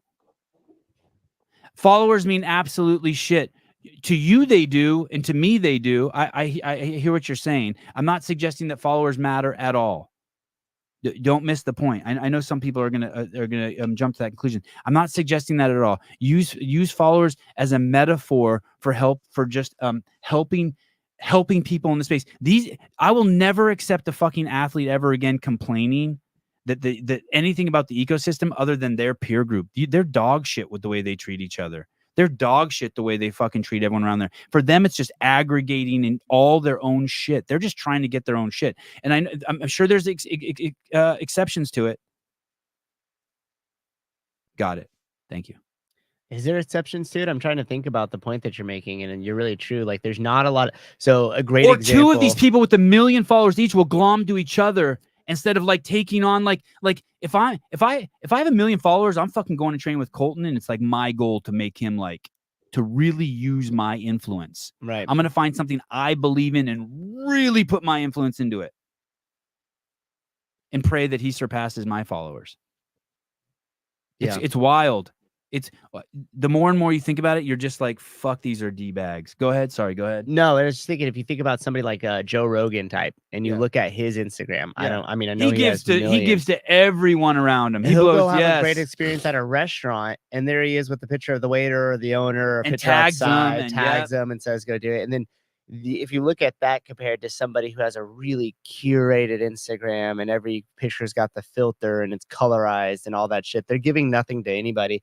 But also to those, 18. So look at that. These fucking people will only fucking give the first picture is Joey Diaz.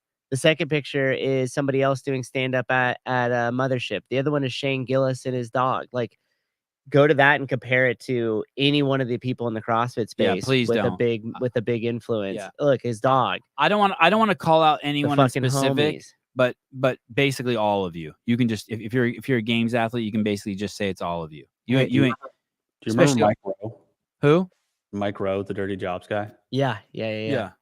I started following him again recently, and same thing. Like he'll go to restaurants and like have met somebody years ago and be like, holy shit, I remember meeting you at this restaurant one time, and then he'll like tell the story on his Instagram.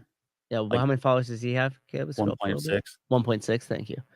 Yeah, I'm dumbfounded. I'm dumbfounded.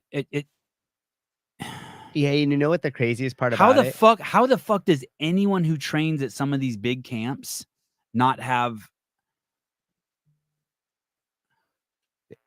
The craziest part too is all of the people that have the followers and hoard that, like, this is my base or my platform, and I'm only going to use it. Are they hoarding it, or are they just so retarded that their parents didn't raise them right, or are they selfish fucks? Are they afraid? What do you think? What do you think the reason is? I think that people get in their ear and they explain that that platform is a business to them, and anything that goes on there, they should be earning some sort of money for, or it should be like positioning something because they have a platform and they have to utilize it. Yeah. And I was gonna say the ironic part about that is the people who treat it that way convert the least amount of people, and the ones who are usually very abundance mindset, they give it away, they do it, they don't take money from every product that comes in front of them. Once they do put a product because they actually use it and they like it, then all of a sudden the conversion rate is crazy, right? So that it's funny because they're trying to utilize it as a platform for business, and it's actually fucking them in the long run. Because Speaking of which, why the fuck are you wearing a different media company shirt in here for my podcast? This is Bone Media. Carlos Bone Media.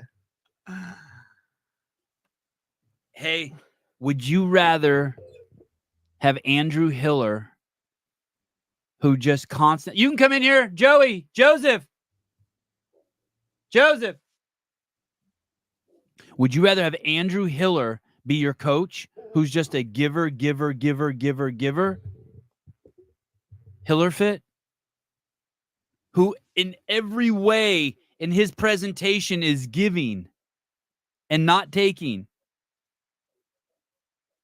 Or do you pick someone who's just taking? Like that's so obviously it's just about them. The only thing that's about that Andrew makes about himself is the fact that he's the one presenting the information. Yeah, present the material. Yeah. Yeah, but it's funny because I told him a while back, I was like, hey, dude, every time you repost a story of mine on your Instagram, like I pick up 5 followers, right? Because he has that influence of also the other thing that he does a lot is he'll go and he'll find something random, maybe on YouTube. They have 100 subscribers or something like that. Yeah. And he'll spend the time and he'll watch that video. And then he'll literally put it in front of his audience and say, this was actually really good. You should go check it out. Yeah. And then people swarm there. And the reason why they do that is because number one, he's not going to waste his audience's time. So if it's something valuable or he got something out of it, he'll point at it to do that. And number two, he doesn't care if it's 1 million followers or they have 100 of them or something like that. Like he thought it was useful. He thought it was good. He promoted it. And I would say Will Leahy, he's so into Will Leahy. He Another wants to example. give so much to Will Leahy. Yeah. Yeah. Another example of it. And he's always done that. He's always been Will Leahy, like giver. he's so excited about helping other fucking people. Yeah. And the funny thing is that Bill Leahy thing started with him criticizing him. And so that's also the other thing that people, and I'm so surprised people haven't fucking caught on to the recipe. Same with Haley Adams' coach. Haley Adams' coach was able to figure that one out. Exactly. What's her name? Haley as well. Oh, and it's 100% correct. And so when people actually lean into it with them, because people have this perception of who Hiller is on the internet. They think he's just some big bad guy sometimes, and like it's going to be further from the truth. And if somebody reaches out, well, like he Bill can Leahy be a big did, bad guy, but he's a good guy. He can be, but he doesn't. He's the flex Batman. that He's got a dark after. side. Yes. And but people like Bill Leahy that leaned into it and was like, let's go have a conversation. And then Hiller went through it. He's like, yeah, that's cool. We learned a lot. He learned a lot, and now we're like buddies. And next thing you know, Hiller's traveling out and glorifying him. And it's just funny that people haven't really found out that if I was Tia, the first video that he put on me, I'd have been like, hey, let's do a show together. Yeah. Right away. If I was Justin Medeiros and he put up that thing about whatever he's not going to win, I'd be like, dude, let's do a show together. I'd invite him to the Shred Shed. Hey, come hang out. Let me show you what I'm actually doing. Right away, I would have done that. Just leaned into it, invited him out, how to make a movie from it, all of it. But and then even if you don't, you can't just see.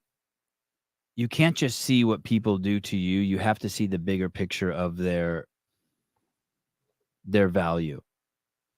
I could use Christianity as the example. Not a Christian. I don't believe in God. But at some point I reached a level in my maturity in life that holy fuck, Christians are really fucking important, and people who believe in God are really fucking important. And it can't just be that anything you're not on board with you hate. You can still love that shit. Or it's like people who used to smoke cigarettes. I feel like every single one of them is like, oh, smoking is disgusting, this and this. And I'm always like, No, it's not. It's fucking nicotine's wonderful. It sucks. It's bad for you. Right. But you don't have to hate something just because you need to put a wall between you and it. You can still be authentic and genuine with yourself and just honest about the facts. Yep. But I just going back to what started this,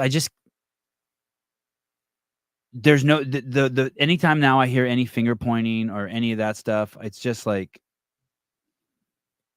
you're not doing for your peers what you want us to do. You're not doing that for your peer group. You're not pumping energy back into the ecosystem. You've limited yourself to doing snatch workouts on your Instagram so that you can get more followers. And I don't have a problem with that. But the difference between you and us is we glorify you and you glorify yourself. And yeah, it's Ken Walters, it sucks. I suck. I only have 150 followers. And 10 of those came from the day Hiller released the Chief Nation video with a 10-second mention of me. There you go. Yeah, see, he has that effect. The Hiller effect. Yeah. And just to be clear for anyone, it has nothing to do with followers. I just use that as an abstract metric because these guys, they're all, and plus all followers are not created the same. I would not trade the 3,000 followers that I have for the 1 million that some other people have. There's no fucking way. I say that with fucking 100% sincerity. But for these guys, it's a quick, for these guys, it's how they make a living, right? They go to someone and they're so excited to say, I have 1 million followers. By the way, there's watch very carefully and make a note of this to you fucking athletes out there. There's a lot of CrossFit Games athletes out there that have, let me put it this way. If you have 1 million followers and you put up a reel and it gets 20,000 views, we all know that reel didn't get 20,000 views. We know those are people who just scrolled past it. If you have 10,000 followers and you put up a reel that gets 20,000 views, we're not stupid. We know that your reel was seen 20,000 times. And at that point, you know that someone with 10,000 followers has more influence than someone with 1 million followers. Yeah. Like, look at the mat. Look at how many views Hiller's reels get. Yeah. When your reels. And so there's a lot of you fucking CrossFit athletes out there that have over 500,000 views, but you haven't fucking been in the top 30 at the games in a long time. And like, no one's looking at your shit and everyone knows it. So, all right. Oh, look at that Tyson one had 189 on it. Or 8:38. Okay, we crossed over the 90-minute mark. Oh, it goes so much faster in here without any screens in front of me.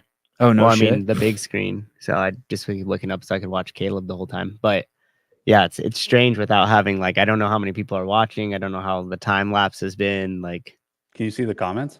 I can see the comments, yeah, but they're in delay a little bit too because I'm watching. This is streaming from YouTube that I'm seeing right on the screen here. But it's pretty. It's tight. It's only like tight, a few seconds. because I can only see the on my screen too. Oh, okay, yeah. So it's only it's only like a couple second delay. Look at let's play one more clip. Let's play this. Do you want to see how dumb Bill Maher is, or do you want to see Theo Vaughn? Theo. Okay. Click on the Fauci clip. I don't know if Tony. It's kind of crazy that Tony Robbins is as cool as he is. Still exists. I mean, just that he's such a public figure and he's still cool. Yeah, but like I feel like, how do you feel about him? You think he's a snake oil salesman? Robbins? Tony Robbins? You do? Have you consumed a lot of his material, Caleb? No, I watched Yes Man one time and then it ruined Tony Robbins for me. Oh, I've never even heard of that movie. Is it a movie? Yeah, it's who is it? Not Will Ferrell, the other guy, Jim Carrey. He like goes to like a seminar and they're like, just say yes to everything. And now I just see it as like just total nonsense. But I mean, I think he's changed some people's lives. I'll give him that. But I just think dude, here's the thing. In my life, I've met 100 people probably who've been to his seminar. Yeah. And all of them are like, holy fuck. Yeah, that's what I say. Like, no one's like, that was a waste of money. Everyone's like, fuck, that was gnarly. Yeah, I've consumed like a good chunk of his books.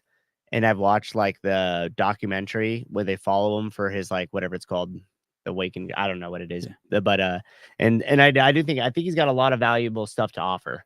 And That being said, I've known 50 Scientologists in my life too, and all of them love it too. Fair enough. Like, and they also love Chinese food. Are you gonna throw that out too? Yeah, and I've never met anyone who doesn't like Chinese food actually. Yeah, so now so fuck, I don't know. Where does it end? I don't know. Okay, here we go.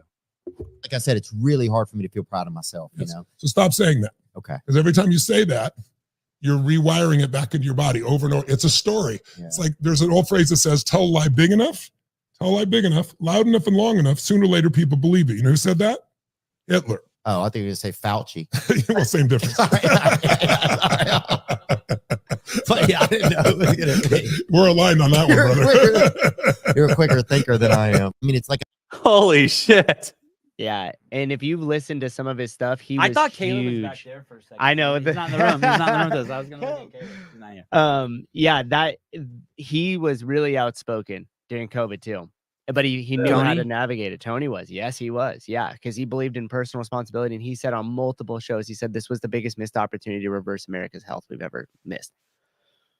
Where were they 3 years ago? Good question. Huh. It's interesting. And that is true. I believe what he's saying, that we all write our own narratives, and what gets repeated multiple times becomes hardwired into you. And so you'll see this in different things. Like, so a couple of them that my parents used to say all the time, which gave me like this weird shit about money early, was, "Oh, must be nice. We'll never be able to afford that. We'll never be able to afford that. We'll never be able." Say that every single time in your life. And what do you think your kids are going to take away? They're never going to be able to afford that. We'll never have money like that. We'll never have money like that. Right. And all you would have to do is change that sentence to, "How will we have money like that?" Just that small change. But if you repeat it all the time, all of a sudden now I'm looking for opportunities, right? It's wired my brain to don't look at the red car and on the freeway. Now all of a sudden I find 100 red cars everywhere, right? So it's don't buy Matuthian. And so I think that type of stuff that he brings to people's life, I think we have a lot of like limiting beliefs. And in life, there's three things, especially in business, this has taught me: you're either lacking knowledge, you're lacking a skill, or you're limiting in a belief. Right. So you're limited in your knowledge, you're limited in the skill set that you need, or you have some sort of limiting belief. And if you could identify which, or if all three are affecting you getting to that next level or achieving the next thing, that's going to be an order that you have to conquer those, you think? It just depends on what you're trying to get after. Right. I mean, for me, the hardest one, because it was elusive, is belief. Because the knowledge and the skill, you have to be conscious to know that the belief's even playing a factor. Right. You have to be able to reflect a little.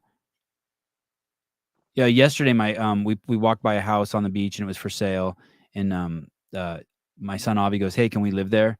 And I said, "Sure." And he goes, "How much is it? Is it like $2 million?" And I pulled it up on Trulia. I'm like, "No, it's 7. It was 10.5." Fuck. And we're it's just, just a regular house in a regular neighborhood, but it's just sitting on the, west coast of the North American continent. Yeah. And it's fucking just absolutely, the beach there is absolutely beautiful. And he goes, "Oh, why don't you buy it?" I go, "Because I just don't think it's a good use of my money." And he goes, "Oh, when I get older, will you have enough money to buy it for me?" I'm like, "No, you can buy it." And then we started talking about what jobs he could get. That's right. And then we talked about this yesterday. I explained to him, I said, "There's really not any one job you can get to ever afford that house. You have to have 4 jobs." And he goes, "Well, what do you mean?" I'm like, "You have to have," I said, "So right now we're walking along the beach, right?" And he goes, "Yeah." And I go, "So I have YouTube videos on YouTube." And he goes, "Yeah." And I go, "So those videos probably while we're walking on the beach today made $7. And he goes, "Really?" And I said, "Yeah." And then I said, "And then your mom teaches yoga and breath work at the rehab center." He goes, "Yeah." And he goes, "That makes money." And he's like, "Oh." And then I'm like, "And then we own a couple houses and we collect rent from them. That makes money." And so it was, I'm saying that to him, and I don't remember who I shared that with late, but he's 9, but I didn't learn that lesson until I was 45. Yeah, exactly. And the bigger lesson there, or too, maybe is, older, maybe you taught me when I was 49. and you could even slice that thinner and say, so what you want to do is move to creating money, like the videos are, and move away from earning money.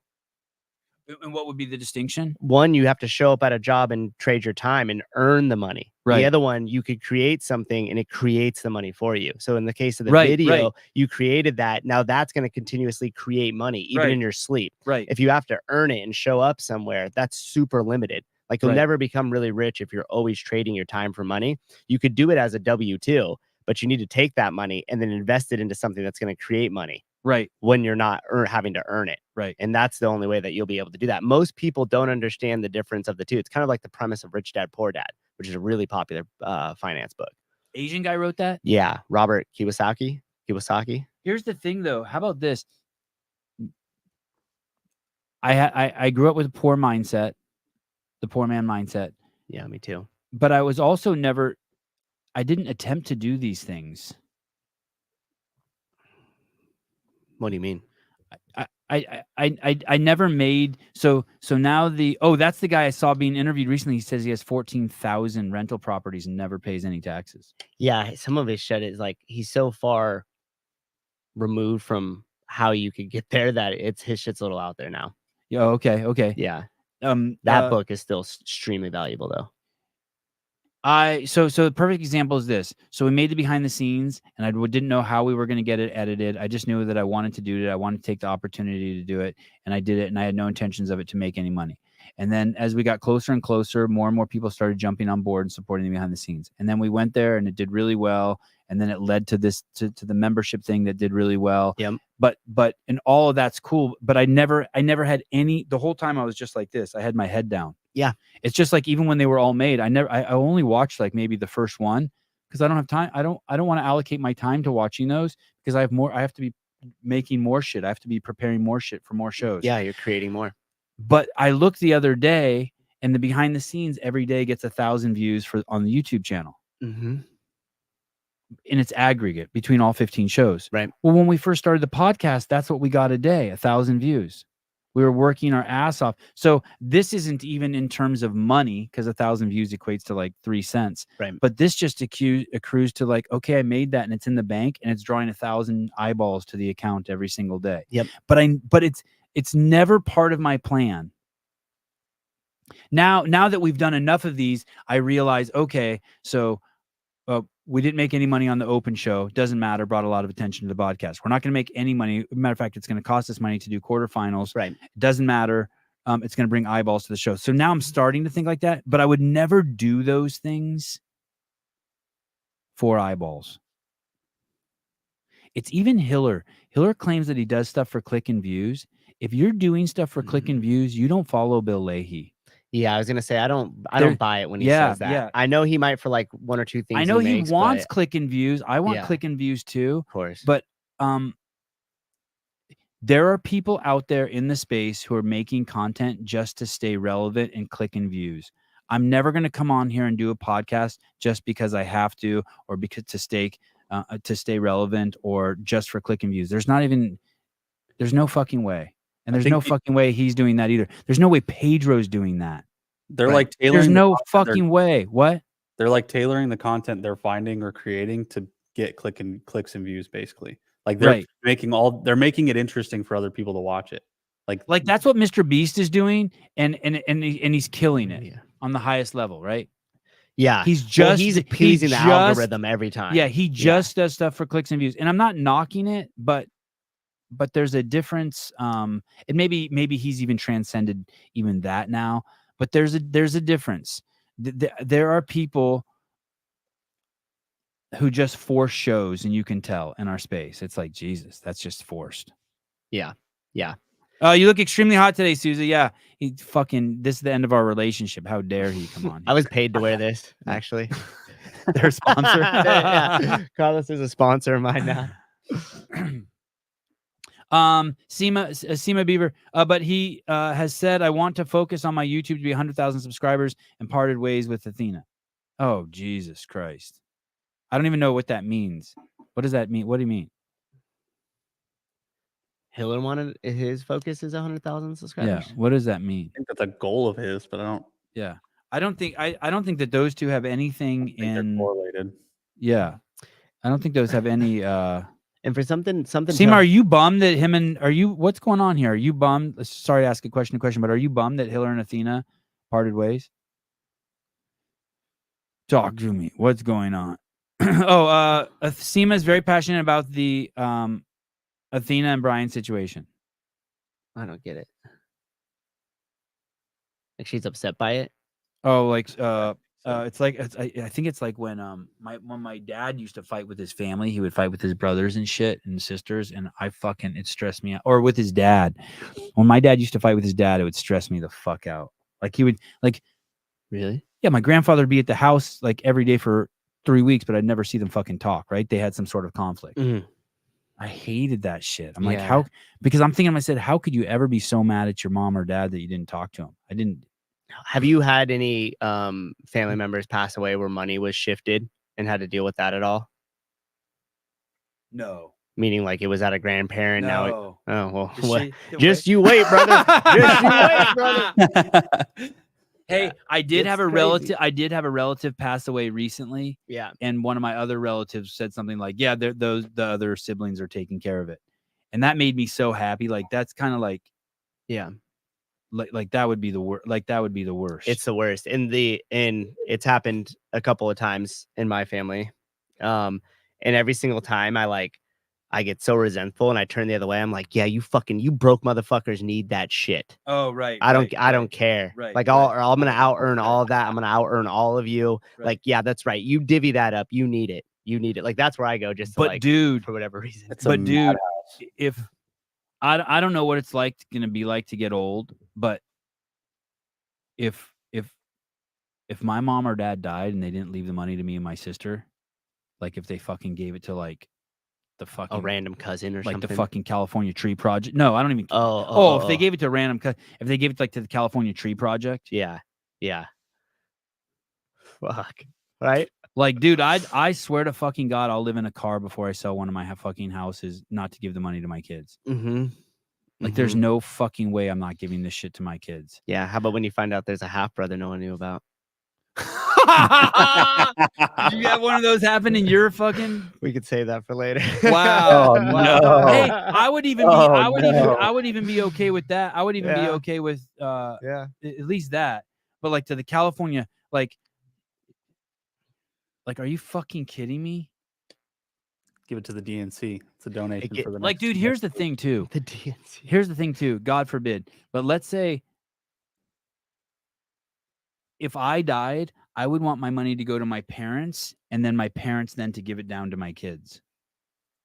So they would become the executors on the yeah, will, and they can use it, make the kids still work, but like there's just a natural hierarchy of what you should be taking care of. It's not that I love my parents more than my kids, but it's just like, hey, dude, you're closer. The person closer to the finish line gets the shit. And then their goal is to take care of that shit so that the next group, when they get close to the finish line, they got some fucking nest egg. Right. You hope that you fucking donate like $100,000 to Yale. Fuck you. Like I just. Hey, what about donating $250K annually to Berkeley while your dad lives in the ghetto of San Leandro and has to go to Safeway at certain times to make sure that the armed guard is there? Yeah, dude. Yeah, I don't get it. And maybe it's going to be different when I get older, but people get weird with money, man. People get weird with people's stuff. Like they just go through the house and start rummaging through things. Like they're just, I want this. I want this wood chisel. I want this chair. I want this piece of artwork. Like, yeah, ain't that the truth? This one's mine. He said that this reminded me of him. Hey, you know what's crazy too? If you do that, let's say Susan and I are brothers and we fight over something that our mom left us, right? Yeah. Then at some point, and let's say our relationship's damaged and we don't talk for 20 years, at some point one of us is going to realize that was a mistake. Yep. Because there's an objective reality to that. Yep. It's a mistake. And then and you might not want to ever see that objective reality. Well, that's kind of how liberals are. I guess that's it. Some point, like how many years down the road to where your ego is built up so fucking big against seeing the reality of it that you just die with that pain. Never being free. Holy fuck.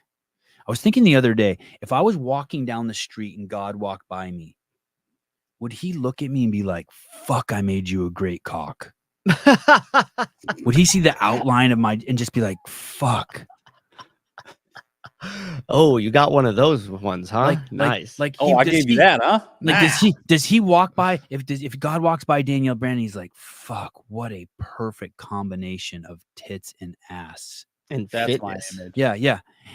What made me think of this is that someone in the comments was like, he's so creepy, or he's so there was some shit like that. Yeah. And I'm thinking to myself, first of all, aren't you listening to my tone?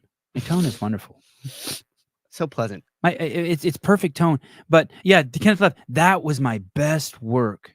I cannot believe the way your chode connects your scrotum and your anus. I am God. I've made the perfect undercarriage for Sevan Matosian. Next version I'll make with a little less hair so it can be seen better. I won't make it look like an aardvark died between his legs. But anyway, because God's working on me. But I see these people and I'm just like,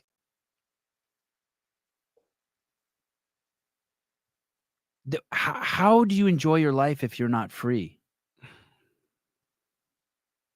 Yeah. My son made a song the other day about the journey of a poop. It was a poop family. And he wrote it and it was like 3 pages long. It's amazing. 3 pages. Yeah, handwritten. Awesome. I'm also being accused of, I think it can't be found. And I think that there's a subtle theory around the house between my kids and my wife that I threw it away because I'll have temper tantrums and just start throwing shit away in the house. It's like cluttered. You just start rummaging. And I'm 100% I didn't do it, but I feel guilty. Like I'm crossing the border and the cop thinks I have drugs. You know what I mean? Yep. You go into a store and they don't have what you need, so you don't buy anything. We've seen you throw shit away a lot of times before. Like stuff. Like they open the trash can, like half their stuffed animals are in there. They're like, "What the fuck?" That's discrimination, bro, in your own home. My whoopee. It's like it's like how a black guy feels about stealing. That's right. I didn't fucking do it, but you feel guilty as fuck. But you're being followed around the store. That's how I feel around my house. Take a spoon one time. But you're being followed around the store. So let me finish this thought. Yeah. I just if I would have written that story and read it to my dad as a kid, my dad would have been like, "That's inappropriate. That's gross. Oh my God." And I'm just like, man, how are you just not free? Like, why can't you just be free?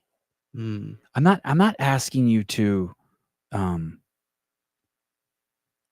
just be free. Why can't you appreciate the divots on the scrotum? Why can't you appreciate watching the owl vomit that fur ball from the fir tree? Why can't you enjoy like when a roach scurries? Like my kids and I were in a restaurant in Newport and there were mice running around on the walls. And me and my kids were and Hunter McIntyre was there and we were so excited. Yeah. You're just appreciating it. And other people were completely disgusted. And I get it. You're tripping because you got food there and you're like, fuck, how much roach shit did I eat? But it's also like, dude, what a great experience. Yeah. How fun is this? My kids and Hunter are jumping around on the chairs trying to look behind the TV sets and shit. It's like, dude, it's your life. Why are you grossed out by shit? Why are you offended by the fact if I ask Danielle if she has fake boobs or not? Wasn't it wonderful that she got to say no? Gave her the opportunity maybe to talk about it. Now, I agree there are some awkward moments. It doesn't always go off without a hitch. Right. There are times like you go to jump over a puddle and you land in another one. You're like, fuck. Didn't see that one. I was a little short-sighted. But please listen to my tone. I'm not a creep. Thank you. It's funny you mentioned jump over the puddle. I just did that the other day and landed on like the painted spot on the parking lot. Slipped straight onto my back, but I held the pho up in the air so it didn't break. What's the pho? The Vietnamese soup. Pho. Oh. I came out of the place and is that why you came in here a little janky? No. That was like that was a couple weeks ago. No, I came in janky because I did Diane yesterday with the deadlifts and my back's just a little tight. I wonder if you're gonna be able to get out of that couch. I was gonna get up to give you the T-shirt that was sent real quick, so we could give him a little love. But I also was thinking maybe I shouldn't do that because then more people will send me more shit that I feel responsible to have to bring to you. Sousa did Diane. It's 21:15.9. Did you do the deadlifts at 225? Yeah. Jesus. Yeah, I did the deadlifts at 225, and I tried to beat my old time. And my fitness level was much higher when I did it last time than it is currently. So I basically just Blew Kipping myself up. handstand push-ups? What's that? Did you do your kipping handstand push-ups? You strict? No, kipping. How about when you get ejaculate in your belly button? You mean, do I enjoy it? Like, can I appreciate it? That's a great Shake, question. what the fuck? That You gotta hasn't scrape happened it to me. out. That hasn't happened to me in so long. Oh my god, bro. Yeah, that hasn't happened to me in so long. Angle that sucker I'm a off. standy guy. Just like gets on clothes and shit in the closet. Just walk away. Don't even clean it. Just move on. Yes. Yes. True. Mike Poolboy. True story. I have wet dreams often. Still, most people would say, "Ooh, gross," but instead, I enjoy the experience and I don't worry about the mess. I just made my bed. I just reflect for fun. Do you change the sheets, or you just know it's going to stiffen up and sleep in it tomorrow? It's like a trophy room. Hey, no, every 20 wet dreams, he hangs the sheet on the wall. Oh, hangs it on his mural. ceiling, turns the black light on. It looks like he's staring at a starry night. I never had a lot of wet dreams. I wish I would have had. I would have loved to have had one a month my whole life. I haven't even had a dozen wet dreams in my life. I don't think I did either. That's awesome that you have those. I've peed my bed more as an adult than I've had wet dreams. I've probably peed my bed, I don't know, 10 times. Always the same dream. At the urinal taking a piss. Your body's like, yes, I got to do this. Yeah, I'm at the urinal taking a piss. And you know what? It's crazy. It was always if I drank a pint of water before I go to bed. Like I'm like if I eat too much meat and I got like the meat sweats, or I got like, you know, that feeling when you eat too much meat, and I drink a pint of water and I'm like, uh-oh. The worst part is drinking a pint of water and then just waking up rock hard and you can't pee. Yeah. Yeah. Then you're just like, You gotta do the weird bent over thing. Yeah, Yeah. exactly. Yeah, like lean over. Like the guy jump roping for speed. Yeah, exactly. Just you trying to pee with a stiffy. I kind of like the challenge though of it all. It's so funny. Having a penis is so funny. So fucking weird. Like putting your thumb on the water hose and you're just Yeah, exactly. Yeah. Yeah. You're like, I know you're not supposed to pivot here, but you're gonna. What if the penis had a joint in it, like a finger? Like you could just be like, oh, you can do that. I'm sure women would be a little happier. But it's broken after that. We had a guy break his penis one time, and it's like he just like popped it, and it was. Wait, what do you mean popped it? How? Hold on. How does that happen? What is? I guess there's. I don't know anything about this really, but we had a guy come into the hospital, and he said he habitually like pops his dick when it's hard. And so like there's like a joint there or something, and he like popped a ligament, and then at one point he did it and it like broke it off like in half. Did you see it? No, I didn't. I was like, oh. What the fuck, There's this thing that I can do with my penis where if I got a really hard erection, I can just like put my palm of my hand on it and kind of push it, and I can get a little like at the base, a little like just a like that really crack. Yeah. Wow. I don't do it very often, but I can do it, and it's a good feeling. But we had a urologist on here a long time ago, and he said during COVID there were fucking broken penises everywhere. So he's just jerking it? No, at home fucking your wife and just too much fucking and all the time. She's 3:00 in the afternoon. She's on top.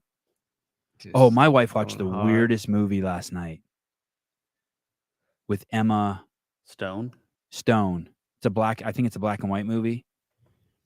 I was sitting in my living room and she puts this movie on. It's called. I started thinking it was a pedophile movie. Actually, I've been hanging out with too many Christians. It's a movie about I'm like, what the fuck is the premise of this movie? Yeah. She's like, it's a guy who took the brain. His wife died, but he takes her brain out and takes the brain from a baby and puts it in his wife. What the fuck? And I'm sitting there trying to look at my phone, trying to get organized for this morning show. Yeah. And every other scene, there's fucking in it, and it's wild. And she's naked in it, like 1,000 times. Whoa. And she calls sex jumping. She's like, when can I jump up and down on you again? Because she has the brain of a baby. Oh, that's fucking weird. Yeah, dude. yeah. Oh, I don't like that. What was the I don't like that. It's called maybe Stupid Things or Stupid or Pretty Things. Pretty Thing. Seth put Pretty Things in there when you. It's bizarre. Something things is. It is a pedo movie. Oh shit. There's a scene in there. Says the Christian. There's a scene in that, right? Yeah, you guys think everything's PO. Now you got me all fucked up too. And it won the Academy Award. Yeah, it's of course it didn't. So basically, he's fucking a kid in a woman's body. But what's crazy too is her body kind of looks like a kid's body. Like she has the body of what you think a 13-year-old girl looks like. Jeez. Yeah, it's bizarre. There's a lot of push to normalize that shit, huh? And it was a libtard that told her it was a great movie. Shocker. Yeah. Shocker. There was a scene in there. Oh yeah, this movie. There's a scene in there where they're at dinner. It's the only scene I saw besides I kind of tried to watch all the fucking scenes. Oh, poor things, not pretty things. Okay. But there's a scene where they're out to dinner and a baby's crying at another table and she gets up to punch the baby because she has a brain of a baby. Wow. And so you know how babies will just hit each other, Yeah, kids will hit yeah. each other. I heard this movie is basically porn. It's free on Amazon. Yeah, it is like it seemed like it. Like it seemed like to be honest with you, now that I think about it, because of her body, it looked like 13-year-old girl porn with the fat old guy. Because what's his name? Really good pay for on Prime. What's the guy's name in it? He's his body's sloppier than mine. Mark Ruffalo. Oh, look at here. Tim. Hey, what's up? What's up, dude? Sorry for bugging you so much. We're live on the air. Oh, good. How's it going? I'm pumped. I got a proposition for you. Okay. To continue from yesterday. So what about Wednesday at 5:30 Pacific Standard Time? 5:30 p.m. Yep. And then at probably around 5:45, you'll do the workout. So for like 15 minutes, we'll talk to you. We'll dilly-dally. We'll watch you freak out and panic. And then you'll get it. Yeah, I can do that. And then could you have is there any chance do you think the internet connection will be good? You think you can set up your computer and have the camera pointed where you're going to do it, or you could also have a friend there who also sets up a cell phone so we could have two camera angles or something? Yeah, I can do that. Okay. I can have that happen. Okay, now here's the other thing. Ready? Okay. I called Kevin Ogar today. Okay. And I asked her what the standard is for the fittest man in the world in the dwarf category. And he said that you wouldn't have to jump over the bar in his division. But but as we talked about it more, it's probably easier if you jump over the bar because you don't have to stand up all the way. Yeah.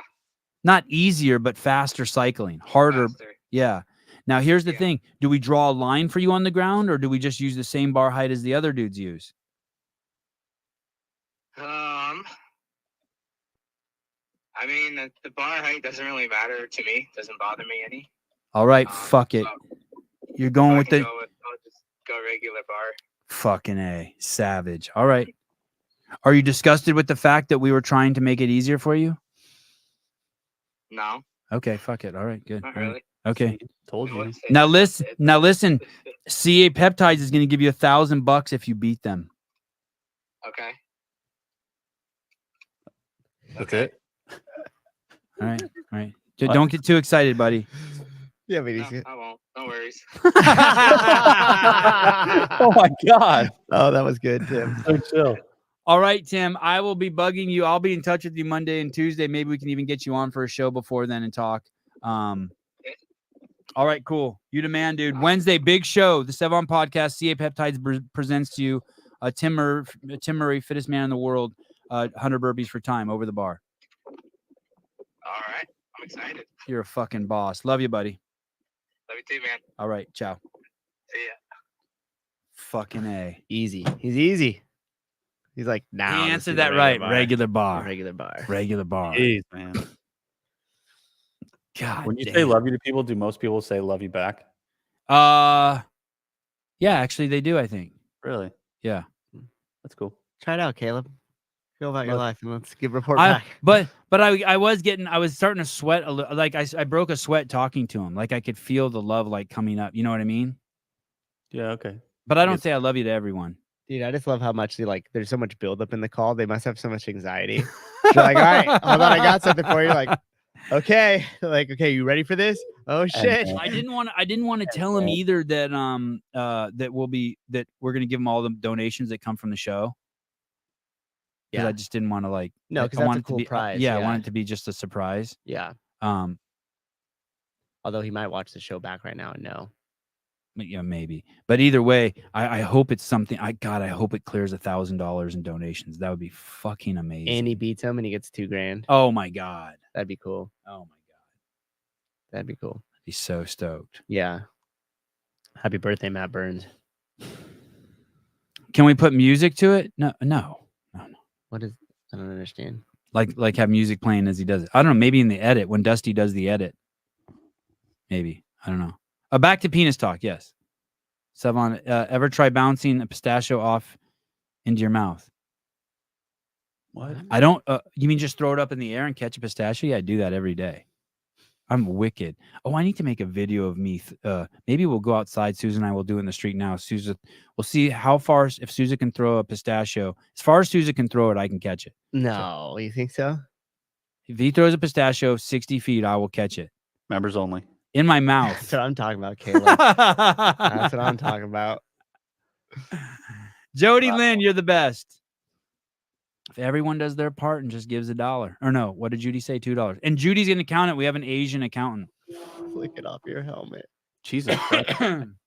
Kenneth, come on, buddy. That's not like you. So I got kicked in the balls yesterday by Joseph. Wow, hard? Whoa. No. Intentional or was it? Yeah, it was intentional. Oh, damn. We were in the garage and he's like, I barely kicked you. It was just like a side. And I'm like, hey, dude. And I'm on the ground and I'm on my back and I'm having, it's like, for those of you who don't have balls, if you're a girl, it's the equivalent to having, if you just get your balls flicked, it's the equivalent to an ice cream headache, but it's in like your fupa area, between like your belly button and your balls. Yeah. But it's like, it's going to go away, but it's like a minute of something weird. Yeah. But so I'm like, hey, you don't know about the nut flick? And they're like, no. I'm like, well, flick yourself in the nut. And my son, Ari, gently flicks himself in the nuts. And just down. Yeah. Yeah. He's like, oh, that's bad. I'm like, yeah. Yep. Hey, dickhead. Yeah. It'd be like those assholes that do like the sack tap thing. Yeah, sack tap. Oh, man. Yeah. Yeah. You know who started doing some stupid? You know who started doing that shit? Who? My wife. What? Wow. She figured out how to fucking. Wow. She figured out the sack tap. Wow. She started doing that shit. Did she learn that at work from seeing those guys do it? Had to have, right? Oh, She's never done it before. And then like in the past year, she just started like walking around and sack tapping me. You have to tell her, hey, dude, that will scar me. Like you'll change my whole posture. I'm a tall man. I'm going to walk around kind of like anytime I walk in the room, my shoulders are going to come forward. Now it's turned into a game. So I'll just fupa tap her. And so it's back and forth now. You're going to need a chiropractor. What happened to your back? I've been guarding from the ball tap. Literally, dude. Yeah, it was crazy. I'm like, oh, excuse me. Okay, we're fighting now. I always had a friend that did that in the group of friends. Is like you'd walk up and be like, hey, and everybody's standing there in the circle at like lunchtime or something, and he would just wham. Fuck. Love that. I didn't like those. I didn't like titty twisters. I didn't like dead legs. I didn't even like this game. I didn't like anything. Then you got punched. Or something like that. This game, yeah. I didn't like anything that stressed me out. Yeah. That inflicted pain for no reason. Jake Chapman, getting ball tapped is like a stomach ache that's shared with your soul. Yeah, I could see that. That's a good description. You have like 3 billion swimmers who got their shit rocked in your sack.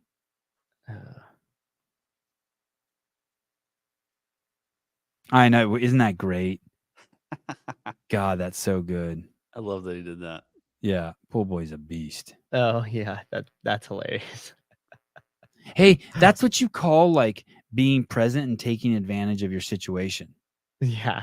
You know what I mean? Like, just I knew it was there. It's just living. I wonder how many people live caught that and got a chuckle out of it. It's just living. It's just like, hey, I'm alive. I'm gonna do some shit. Yeah. You know, it's like that's pretty funny. L-I-V-I-N. I was walking out of the gas station. The credit card machine wasn't working, so I had to go inside and pay cash. Actually, now that I think about it, and as I was walking out, there was this hot chick walking in, and I was watching her, but I was doing everything in my power, like not to follow. Like I didn't want to be like a creep and like stare at her ass as she walked by because there's no creep in me. Healthy. But then, so she walked by and I held it open for her, the pretty girl. And then I looked out to the gas station and I let go of the handle and I hear the door hit someone. Oh no. She was like standing there or something? No, but although I did there was a kid walking out with a fucking 6-pack of Coors. And I'm like, fuck. But I was kind of just in la la land for a second because I just seen a pretty girl. You know what I mean? Yeah. Did you say anything to him? Or did I he say fucking anything to you? apologized. And he knew exactly what had happened. Did he But I laugh at it? Yeah, he Yeah, laughed at it. that's I'm like, cool. dude, I'm sorry. That's It's cool. like, yeah, me too. Yeah, he gets it. He's like, I walked into it because I was doing the same thing. Why do women poke men's buttholes? I don't know. What? Your wife doesn't do that? My Nah. fiance does it constantly. Drives me nuts. Yeah, you got to put a stop to that. I My don't wife know. does it too. I don't know about all that. She likes Little fucking scratch and sniff at Do the not- house or what? Let me tell you something. scratch and sniff. Did you have potatoes this morning? No. It's gonna be a no for me, dog. Don't touch anything south of the.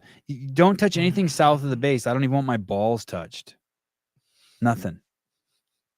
Really? You don't like a No. little cradle of the balls? No, because I don't trust it. You could take Dude, it. It's big trust. It's nice though. Big trust. Big trust. Big You gotta try it trust. sometime. Just be like, hey, just little, just gentle. Do you like cold hands on your balls or warm hands? It's like warm hands preferably. Oh, I like cold hands. Really? Just cold hands anywhere. Yeah, on my body, I I prefer cold hands. Yeah. You do? I don't think my wife likes it either. It's so weird. Cold My wife hands. will No. put Yeah. her cold feet and hands on me before. Yeah. Oh yeah. I love that. I love it when my boys jump into bed with me and put like they're cold and they put all their cold, like they grab me and they're freezing. Do you like a cold pillow? Yeah, but Yeah. that's different. That's mandatory. That's like my head is hot. Yeah. All right. Cold pillow.